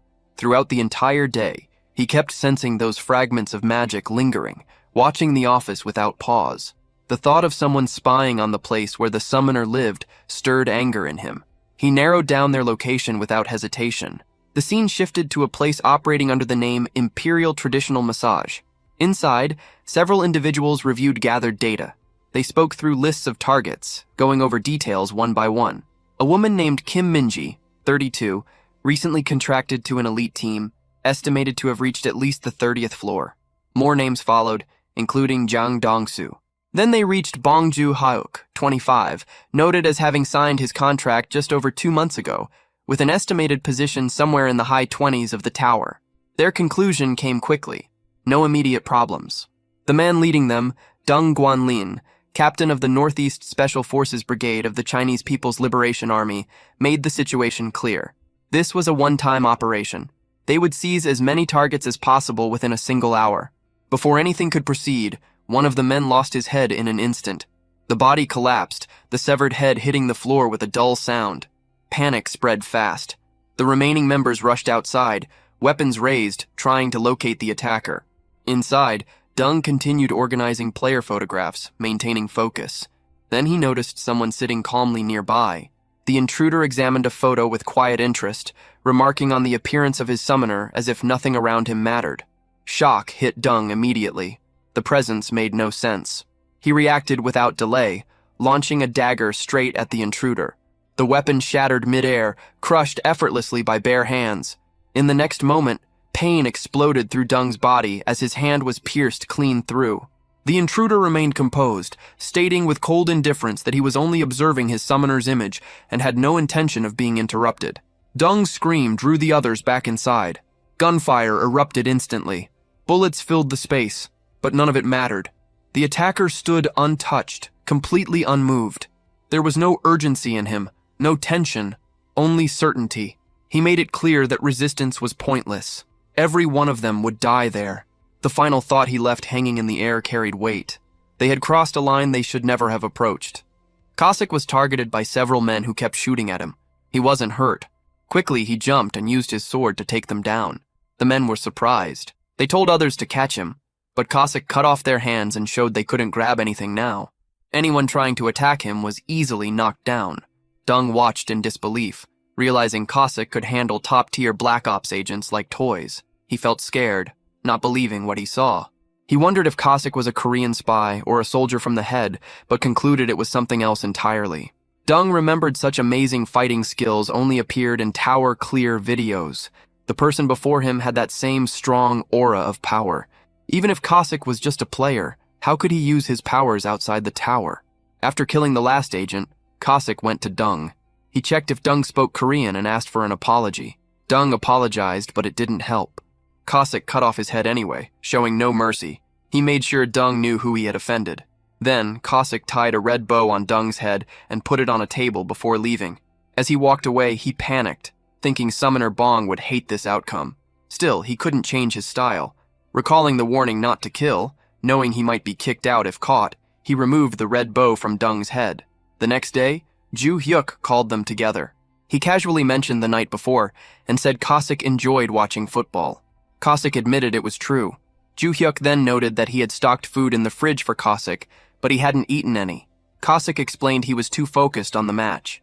Ju Hyuk found Cossack's enjoyment amusing and suggested they let him know if Cossack wanted to watch another match. Shortly afterward, the three of them prepared for clearing the 35th floor and defeating the Minotaur King. Entering the floor, a system window appeared, informing them that they were in the Black Tower's 35th floor in Korea. The mission required them to defeat 80 Minotaurs of any type and 1 Minotaur King within 13 hours. They started with 0 Minotaurs defeated and 0 Minotaur Kings. The Minotaurs roared loudly when they saw the group, signaling the start of the battle. Ju Hyuk noticed a large number of them swarming around. Princess Dao moved forward first, activating her buff and getting ready to attack. Meatball increased his size and prepared to charge in. Cossack shot forward at incredible speed. He thought about how Meatball had stolen the spotlight on the 34th floor and decided this time he would show everyone what a real SSR rank looked like. With overwhelming speed, Cossack began cutting down Minotaurs one by one. Ju Hyuk watched in confusion, unsure why Cossack was suddenly so aggressive. Meanwhile, Meatball continued crushing Minotaurs and confidently told Cossack to fight safely behind him. Cossack quickly replied, refusing any support and saying he could handle everything himself. Seeing both Cossack and Meatball working together, Ju Hyuk realized their progress was accelerating rapidly. He decided to take down a few enemies himself to prove his worth. Determined, he remembered inventing Shadow Step in mid-air. With that resolve, Ju Hyuk used Shadow Step while airborne and moved toward the Minotaurs to attack. However, due to the WIPM trait, he ended up targeting only weaker Minotaurs. At that moment, the Minotaur King suddenly appeared. Ju Hyuk was shocked and terrified, realizing it had arrived much earlier than expected. Just as the battle began, the Minotaur King charged toward Ju Hyuk to attack. But before it could hit him, Meatball stepped in with a single overwhelming blow. The Minotaur King was hit so hard it flew far away, out of sight. The Minotaur King was defeated. Looking at the time, Ju Hyuk smiled, seeing 759 left. He noticed the power balance had changed a lot. Meatball's strength amazed him openly. Hearing this, Cossack felt sad and fell to the ground. He thought about how he wanted to defeat the boss himself to prove his worth. Soon, a system message said they cleared the 35th floor of Korea's Black Tower with an S++ rank. They got a platinum badge as a reward. The scene then showed where Cossack had killed Dung and his men. Police were investigating. Mina and Gwangil arrived, introducing themselves as team leader Jian Gwangil from the Awakening Management Office and supervisor Lee Mina, a police officer. She thanked them for coming quickly and led them inside. Gwangil asked about case files, and the officer confirmed targets were from the management office. Gwangil noticed something alarming. Sensitive data had been leaked. Seeing Ju Hyuk's photo in the files, he realized even Bong Ju Hyuk's info was exposed. He told Mina to call an emergency meeting for all executives right away. Mina agreed and got ready. In Ju Hyuk's room, he looked at his new reward and wondered excitedly about the 35th badge perk. Cossack suggested getting holy water from a dispenser before trying again, thinking they should pray first. Ju Hyuk thought it might be a good idea, but Princess Dalry stepped in, saying the water wasn't holy. She warned that praying with regular water could bring bad luck. Hearing this, Ju Hyuk felt annoyed and remembered internally that Dalry was called earlier with dispenser water. Seeing Ju Hyuk's face, Dalry got worried and asked if something was wrong or if there was dirt on his face. Ju Hyuk quickly said no and decided not to share his thoughts. He then focused on checking the perks. A system message told him he got a perk for 35 platinum badges. Meanwhile, Cossack thought about an upcoming random summon and hoped it would give better trade chances. Soon, another window popped up, saying Ju Hyuk's tower had received Golden Aegis of Warm Dawn and then Golden Mace of Cold Twilight. Ju Hyuk was surprised to see two items. The first, Golden Aegis of Warm Dawn, boosted concentration, made a bright flash, strengthened both physical and magic defense, and let him reflect attacks when blocking successfully. It also kept him calm in any state and couldn't be destroyed. The second, Golden Mace of Cold Twilight, increased attack speed, froze targets, extended his range, and had a chance to create an ice field on hitting them. This made enemies go to their Twilight rest end. Both items were indestructible. Ju Hyuk was very happy, thinking the abilities were amazing. Excited, he started dancing. Cossack noticed Bong smiling widely and told Dalari. Worried about Ju Hyuk getting more reckless, Cossack wondered what they should do. Dalari whispered that they needed to hold his pants to stop him. Trying anything, Cossack doubted it would work, remembering they tried before. He regretted not praying earlier. Dalari said dispenser water wouldn't help, and suggested something worse might have happened. Then, Meatball reminded them that when they prayed with dispenser water, Princess Dalari appeared. Dalari was surprised by this and reacted, Meatball appeared clever enough to make jokes now, which surprised disbelief. Meatball explained that warriors don't lie and didn't know how to joke. Cossack agreed, saying it was true and tried to recover. Dalari awkwardly laughed and thought it wasn't a normal dispenser. She believed it had to be a divine one, capable of turning water into holy water and summoning her. Cossack quickly corrected her, stating it was just a regular dispenser, but Dalari insisted they should believe the opposite. As they talked, Meatball reminded everyone that a random summon would soon happen, with their master bringing someone new. This meant there would be 4 summons in total. Since Ju Yuk's trade hadn't been enhanced, the 3-man system would continue for now. Both Dalari and Cossack agreed.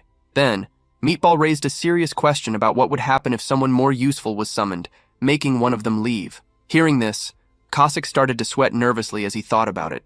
He noted that Meatball could take hits and deal damage, while Dalari offered top-tier support. Feeling unsure about his assassin role, Cossack realized the likely candidate to go would be him if such a situation arose. The mood in Ju Hyuk's gathering suddenly turned serious when Meatball mentioned a scary scenario. He wondered what would happen if another summon proved even more useful than theirs in the future. In that case, one of them might have to leave. Dalray coldly said anyone who felt unnecessary should go voluntarily. She believed a truly valuable servant would naturally take their place. Meatball quickly agreed with Dalray's tough stance, seeing it as the right way for their group. Cossack overheard and grew frustrated. He lowered his head, sadly realizing that both Dalray and Meatball acted as if they were secure from replacement. Though annoyed, he couldn't deny reality. Desperately seeking a solution, Cossack suddenly had an idea, nervously chuckling. Perhaps reaching the 40th floor could bring a trait enhancement, allowing them to clear floors quickly before another summon appeared randomly. Excited by this thought, he suggested they hurry up. Dalray immediately rejected his suggestion angrily. She reminded him that climbing dangerous upper floors was the young master's decision. Then she questioned if Cossack would feel comfortable if Ju Hyuk risked himself for a servant like him. Her words instantly dampened Cossack's spirits. Looking dejected, he awkwardly admitted he hadn't meant it that way. After some hesitation, he sadly accepted reality and quietly decided to step down gracefully when the time came.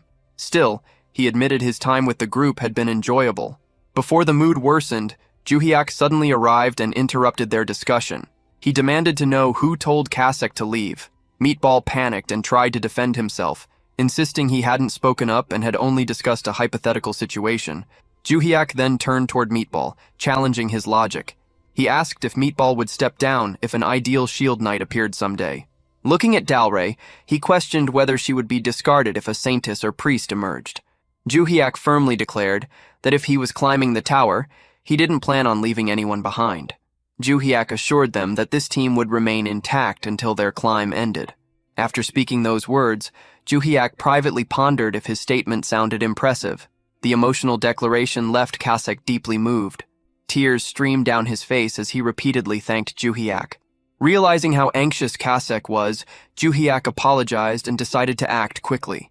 He declared that they would keep clearing floors non-stop until a trait enhancement allowing 4 simultaneous summons appeared.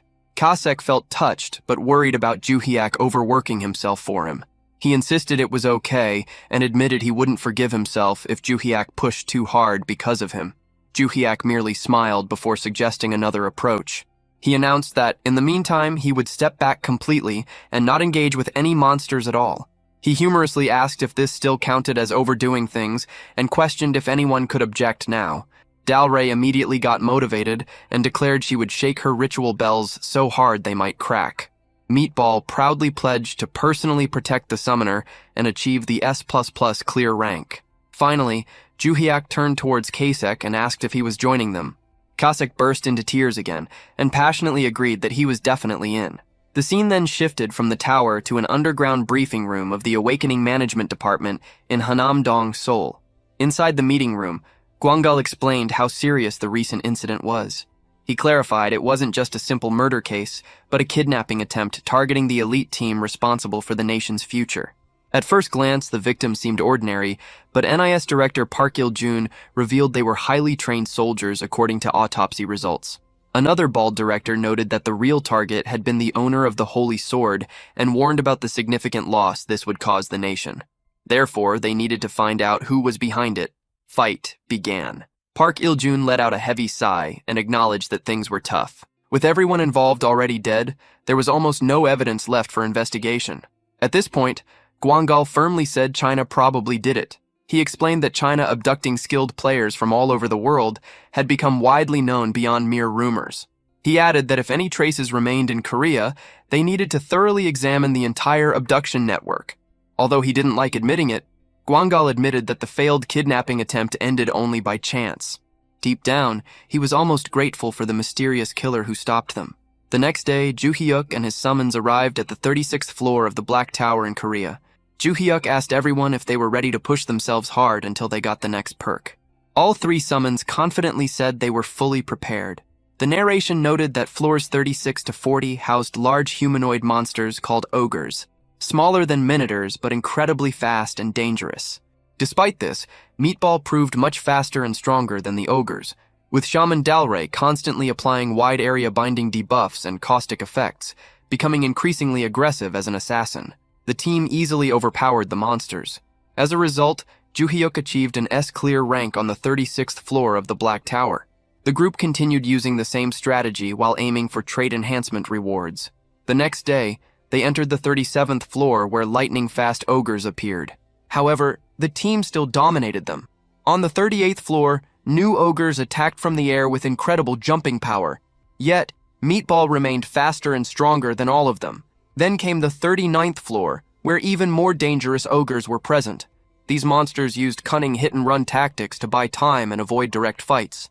Despite their tricks, Meatball still completely overwhelmed every single ogre with raw speed and power. The team joked that throwing Meatball directly at the ogres worked perfectly. Soon after, numerous system notices began appearing one after another. The system announced that Ju Hyuk had achieved S++ clear ranks on the 35th, 36th, 37th, 38th, and finally the 39th floor of the Black Tower. This achievement shocked everyone. Many people online discussed it intensely over 5 straight days.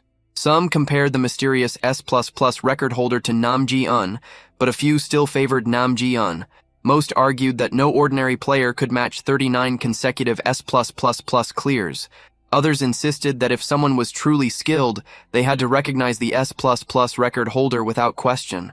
Many found it hard to believe anyone would compare their achievements. Some joked about excessive national pride and suggested everyone have a drink instead. Meanwhile, many worried about the player's pace. They noted he had been clearing non-stop for 4 days straight, which seemed absurd. Security around Ju Hyuk's office recently tightened significantly. The number of guards increased greatly. The day before the 40th floor clear, Ju Hyuk planned to visit somewhere important early morning. Leaving at 4 a.m. made him nervous due to suspicion. However, he remembered a talisman that blocked perception. After talking cautiously with a guard, Ju Hyuk felt relieved. The talisman not only hid his face but also scattered others' attention. With this, he passed the heavily guarded area without raising suspicion despite strict security. Outside, Ju Hyuk flagged down a taxi and got in. He politely asked to be taken to Gongju Traditional Market in Changnam and requested slightly faster driving. The driver was surprised by the destination's distance, but after hearing 500,000 won offered, his attitude changed instantly. Excitedly, he told Ju Hyuk to fasten his seatbelt tightly. They eventually reached Gongju Traditional Market. Upon arrival, Ju Hyuk called Kasek and apologized for dragging him out while he was in the bathroom. Kasek insisted everything was fine, talking about loyalty. The two then walked through the market together, discussing what they needed to buy. Ju Hyuk suggested starting grocery shopping cheerfully, and Kasek agreed happily. They bought various foods, fruits, and supplies throughout the market before heading off, towards Mount Yungsin. Upon arrival, Ju Hyuk called Dalray and Meatball over as well. Dalray politely said she had been waiting for him. Meatball proudly announced he would carry all the luggage himself and told everyone to give it to him. As they ventured further into the area, Dalray smiled gently and noted that although this world was different from hers, the mountains looked strikingly similar. This made her believe the place she mentioned earlier might still exist. Joo-hyuk asked everyone to follow him. Meatball then placed Joo-hyuk on his shoulders while carrying their belongings, and they continued walking together. Eventually, they found a hidden hiking spot. Realizing such a beautiful location existed off the usual trail, Joo-hyuk was amazed. Dalray instructed Meatball to move a big rock aside. He complied immediately and pushed it away. Beneath the rock, Joo-hyuk discovered an altar. Dalray then told everyone to clean the altar thoroughly, using the water they had collected earlier. As they cleaned, Dalray calmly sharpened her sword against the stone. Seeing her dressed in white mourning clothes while sharpening a blade made Joo-hyuk feel very nervous. He secretly wondered if she still held a grudge because of his constant nagging. After cleaning was done, Dalray started her ritual. She floated into the air and prayed for the heavens to bless young master Bong Joo-hyuk with great fortune. Meanwhile, Joo-hyuk repeatedly prayed fervently, hoping for a trait enhancement to appear.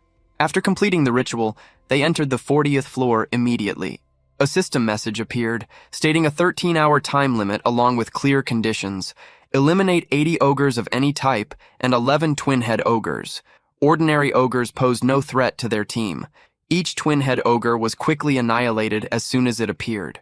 Shortly after, another notification announced that Joo-hyuk had achieved an S-clear rank on the 40th floor of the Black Tower. The system rewarded him with a platinum badge for obtaining an S++ clear. Another message explained perks would be awarded after collecting 40 platinum badges. Joo-hyuk wondered if his long-awaited trait enhancement might finally arrive. Upon receiving this perk, Kasak returned home feeling so elated that he shouted with joy. Joo-hyuk and Dalray quickly asked him to be quiet. Feeling embarrassed, Kasak grew upset and apologized. Joo-hyuk then examined his inventory to check the new reward. Inside, he found a unique ticket labeled as a roulette token. The system explained that tearing this one-time use ticket would activate a random selection process. However, if not used within an hour, the chance would vanish forever. Joo-hyuk stared at the roulette system in disbelief. It contained numerous sections with various tickets, skills, potions, stones, items, and herbs. Eventually, he spotted the trait enhancement reward on the wheel. Yet, this section was incredibly small, barely visible like a needle's eye. Seeing such slim odds, Kasak panicked and asked if they were doomed. Joo-hyuk admitted that spinning the roulette remained their only option. Confused, Kasak nervously inquired if it meant using an actual spinning wheel. Joo-hyuk confirmed this, and explained that while the trait enhancement section existed, its probability was extremely low. He then awkwardly suggested if anyone wanted to tear the ticket for him instead. The moment he said this, everyone suddenly became busy and avoided eye contact. Joo-hyuk immediately complained about their sudden inactivity. To calm himself, he told everyone to trust the ritual they had performed earlier and warned them not to blame him if nothing came of it. Everyone agreed that blaming him was unnecessary. Finally, Joo-hyuk tightly held onto the roulette ticket, desperately praying for his desired outcome, the simultaneous for-summoned trait enhancement. Joo-hyuk impatiently stared at the endlessly spinning roulette, almost reaching out to touch it in frustration. After what felt like an eternity, the wheel finally halted on trait enhance, prompting him to cheer with joy as his summoned creatures rejoiced alongside him. A system message appeared, confirming the enhancement of his awakened trait and noting that he could now maintain 4 simultaneous summons. Joo-hyuk declared that a summon cooldown lasting a week had been activated, advising everyone to take it easy for now, and casually mentioned having chicken might be good. The mention of chicken instantly sparked excitement among all his summoned creatures. Meanwhile, at Incheon International Airport, Gerald Watson rushed out of an arriving plane with great enthusiasm. Director Antonio was puzzled by Gerald's sudden dash, but learned that he had been eagerly waiting to take revenge on the Dark Specters. Antonio reminded him they had already defeated them before, but Gerald brought up Nam Gayan from Korea, who completed the challenge in just 10 hours. Gerald insisted he needed to match this time for true revenge. Antonio silently worried about Gerald's reckless nature as he reluctantly followed. At the Awakened Management Department, John Gwang-il warmly welcomed Gerald and Director Antonio before introducing himself. Gerald quickly got down to business by asking about the Holy Sword, making Gwang-il chuckle at his eagerness. Soon, Gwang-il led him to the floor where the Holy Sword was stored. Gerald paid a hefty rental fee and stared directly at the legendary weapon. Gwang-il warned him to follow the contract's terms, but Gerald confidently grabbed the sword and declared that he would not lose. Immediately afterward, the system announced the start of the Black Tower's 66th floor mission. defeat 10 dark specters within 15 hours. Gerald entered the floor and began continuously slaughtering monsters, thinking the 20 million rental fee was well worth it. 5 days later, Ju-hyuk had locked himself in his room with a warning sign outside, instructing everyone not to disturb him. He reflected on advice from Gwion Dalre, the greatest shaman of Cheon Empire, while his synchronization rate steadily increased to 95%. Ju-hyuk patiently waited for a random summon and even informed team leader Gyeon and his family that he would be away for some time. Money for food, he chose to live on simple instant noodles, thinking he had conquered his love for eating. The day finally came. Ju-hyuk called in 3 of his existing summons and noticed their worried looks, wondering if they feared a new summon might replace them. To avoid tension, he started the random summoning right away. A small, plump hamster appeared from the circle. The system identified it as Razix, an R-grade worker-type beastkin. Razix could stay for 10 hours, had no satisfaction rating yet, and needed a cooldown of 3 hours after being unsummoned. Ju-hyuk stared in disbelief. Not only was the summon just a hamster, but it was only R-grade and classified as a worker. Deep down, he felt this was a failure. Meanwhile, his other summons instantly adored Razix's cuteness, trembling nervously. Razix tearfully asked if he should return home. Feeling guilty, Ju-hyuk gently said he would summon him again later and unsummoned him for now. Disappointed but pragmatic, Ju-hyuk decided to make use of Razix somehow. Still, the outcome felt anticlimactic. Another system notification appeared, revealing a skill cooldown reset ticket. Galray encouraged Ju-hyuk to see it as luck, while Kasak explained they needed someone to help Summoner Bong climb the tower. Meatball confidently assured him things would work out this time. Encouraged by their support, Ju-hyuk thanked them sincerely before attempting another random summon. This time felt different. Ju-hyuk sensed something special was coming. Soon, a Taoist immortal appeared from the circle. The system introduced him with an intimidating description: the greatest enemy of Morim, the most sinister figure in Jonggu, and responsible for countless deaths. His name was Gwangma, the Mad Demon. He was LSSR rarity, legendary super rare, a human-type Miram warrior who could stay for 3 hours before needing a cooldown of 3 hours. Ju-hyuk felt uneasy from this horrifying description. Surprisingly, however, Gwangma politely greeted him. Relieved, Ju-hyuk returned the greeting, thinking at least the summon appeared polite on the surface. But Gwangma's history was soon revealed. In an age of chaos, Morim and the government had a tacit agreement not to interfere with each other. Gwangma broke this taboo by the emperor was beheaded and his head was shown in the market square. Consequently, the Morim alliance, the unconventional faction, and even the demonic cult joined forces to declare him their public enemy. After 7 days and nights of fighting, he was finally slain by the combined efforts of Morim's top leaders. Upon hearing this tale, Ju-hyuk realized Gwangma truly was terrifying. Yet, he also grasped that such a monster must have immense strength. Gwangma glanced at Ju-hyuk's existing summons, introduced them, and encouraged everyone to greet each other. However, the 3 summons stood awkwardly. Gwangma coldly dismissed them as insignificant beings not worth speaking to. He then asked how many towers had collapsed so far.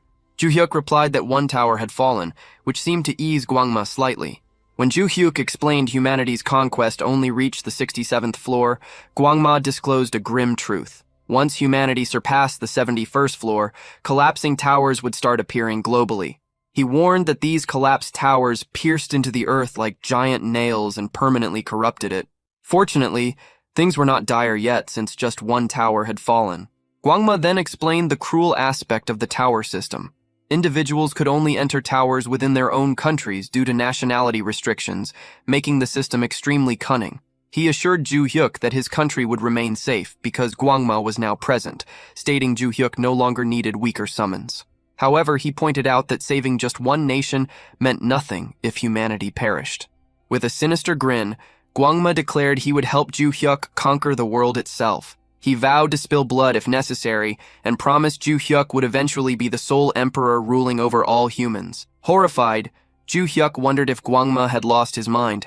Quickly, he ordered him not to do anything reckless, but Gwangma calmly refused, insisting such actions were essential for saving both Ju-hyuk and the world. Following his 3rd belief principle, Gwangma announced he would return after eliminating all politicians in the country and placing Ju-hyuk at the top of power. The moment he tried to leave, Ju Hyuk's 3 summons immediately pointed their weapons at him, ordering him to stop. Gwangma responded with a terrifying glare, questioning how insignificant beings dared show such intent. As he approached, Ju Hyuk noticed the situation was getting dangerously out of hand. To prevent things from worsening, he quickly dismissed Gwangma. 3 hours later, the mood shifted dramatically.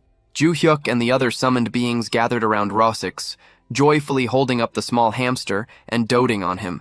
Meanwhile, Rosix was still in shock over the sudden affection showered upon it. The setting then changed to Incheon International Airport, where Antonio had a discussion with Gerald after testing the Holy Sword. While admitting he found it enjoyable, Antonio also expressed some dissatisfaction because despite renting the sword twice, no discount was given on the rental fee. Gerald could only chuckle awkwardly at Antonio's attempts to negotiate. Nearby, Gwangil silently grumbled to himself, annoyed that Antonio was still trying to haggle even after using such a valuable item. As their conversation continued, Antonio suddenly focused his attention on John Gwangil. After hearing some good news about him, Antonio mentioned that Gwangil seemed to be under consideration for a promotion. Hearing this, Gwangil realized once again how much information the United States already possessed. Antonio confidently stated that at their next meeting, Gwangil would likely already be serving as deputy commissioner. Gwangil responded with a polite laugh and acted humbled by the compliment. Soon after, the 2 men shook hands before Antonio casually brought up another topic. He mentioned hearing that items like the Holy Sword could be obtained after achieving an S++ clear rank. Gwangil avoided giving away any useful information, simply explaining that the owner of the Holy Sword was not even an S++ rank holder. Internally, Gwangil became more cautious, realizing Antonio had been trying to gather information from him throughout their conversation. With their discussion drawing to a close, Antonio wished them a safe trip and expressed hope they would meet again soon before finally leaving the airport. After Antonio departed, Gwangil reflected on the current situation involving the United States. The U.S. team was currently raiding the 67th floor, where the undead Phantom Reaper appeared. Their raid progress had already reached 94%, and since they still had plenty of time remaining, Gwangil assumed they would continue attempting the raid several more times before eventually returning to rent the Holy Sword again. Thinking about their visit's outcome, Gwangil calculated the significant profit they had earned. The United States trip alone had brought in $20 million, equivalent to $26 billion when converted. This realization made him certain that Player Bong would be extremely pleased once he heard the news. After finishing their business at the airport, the scene smoothly transitioned. Ju Yuxi returned home where his newly summoned companion, Razix, started handling all household tasks immediately. Razix cleaned every corner of the house, took out the trash, organized rooms, collected laundry, ran the washing machine, washed dishes, and even removed water stains without missing anything. Seeing this level of dedication, Ju Yuxi and other summoners were genuinely impressed and happily praised him. Delray especially grew attached to Razix and hugged him excitedly like a baby. Once all chores were done, Ju Yuxi instructed Razix to finally take some rest. While Razix quietly ate his meal, the others took the opportunity to whisper about their new companion.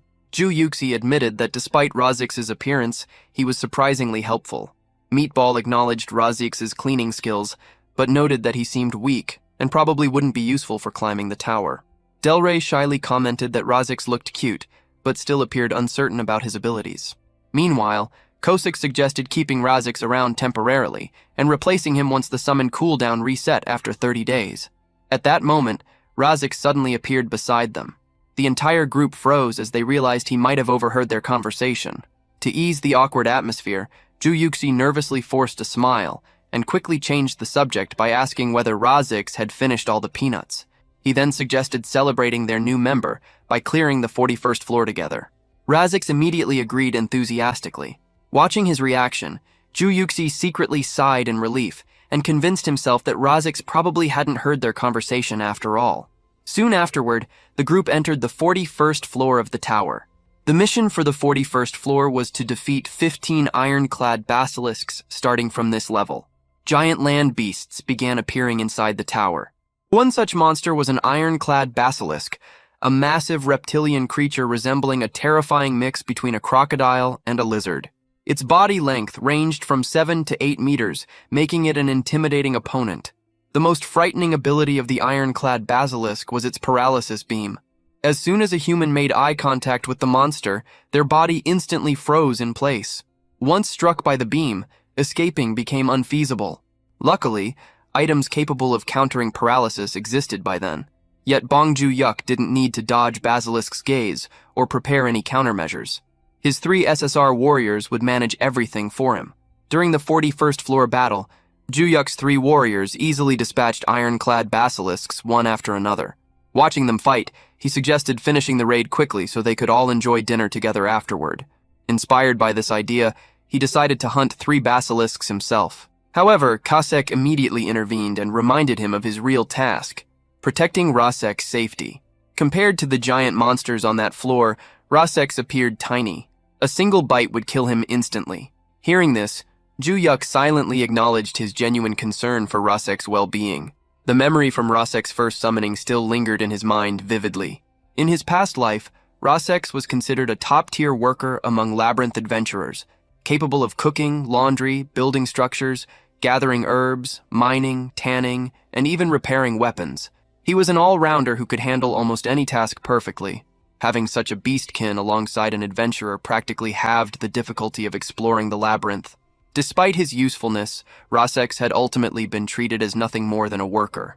While carrying out dangerous gathering missions away from adventurers' attention, he had eventually fallen prey to Apophis, a giant snake boss in the underground labyrinth. He was merely a frail hamster servant, abandoned to a cruel fate. Nonetheless, Joo-hyuk began wondering if it would be safer for summons to protect Rasek instead of him watching over him personally. Realizing his 3 summons were fully occupied with battling monsters, he prepared to take care of Rasek himself. But as soon as he turned around, Rasek had vanished. Startled, Joo-hyuk quickly searched for him. To his surprise, Rasek was sprinting across the battlefield at incredible speed despite his small legs.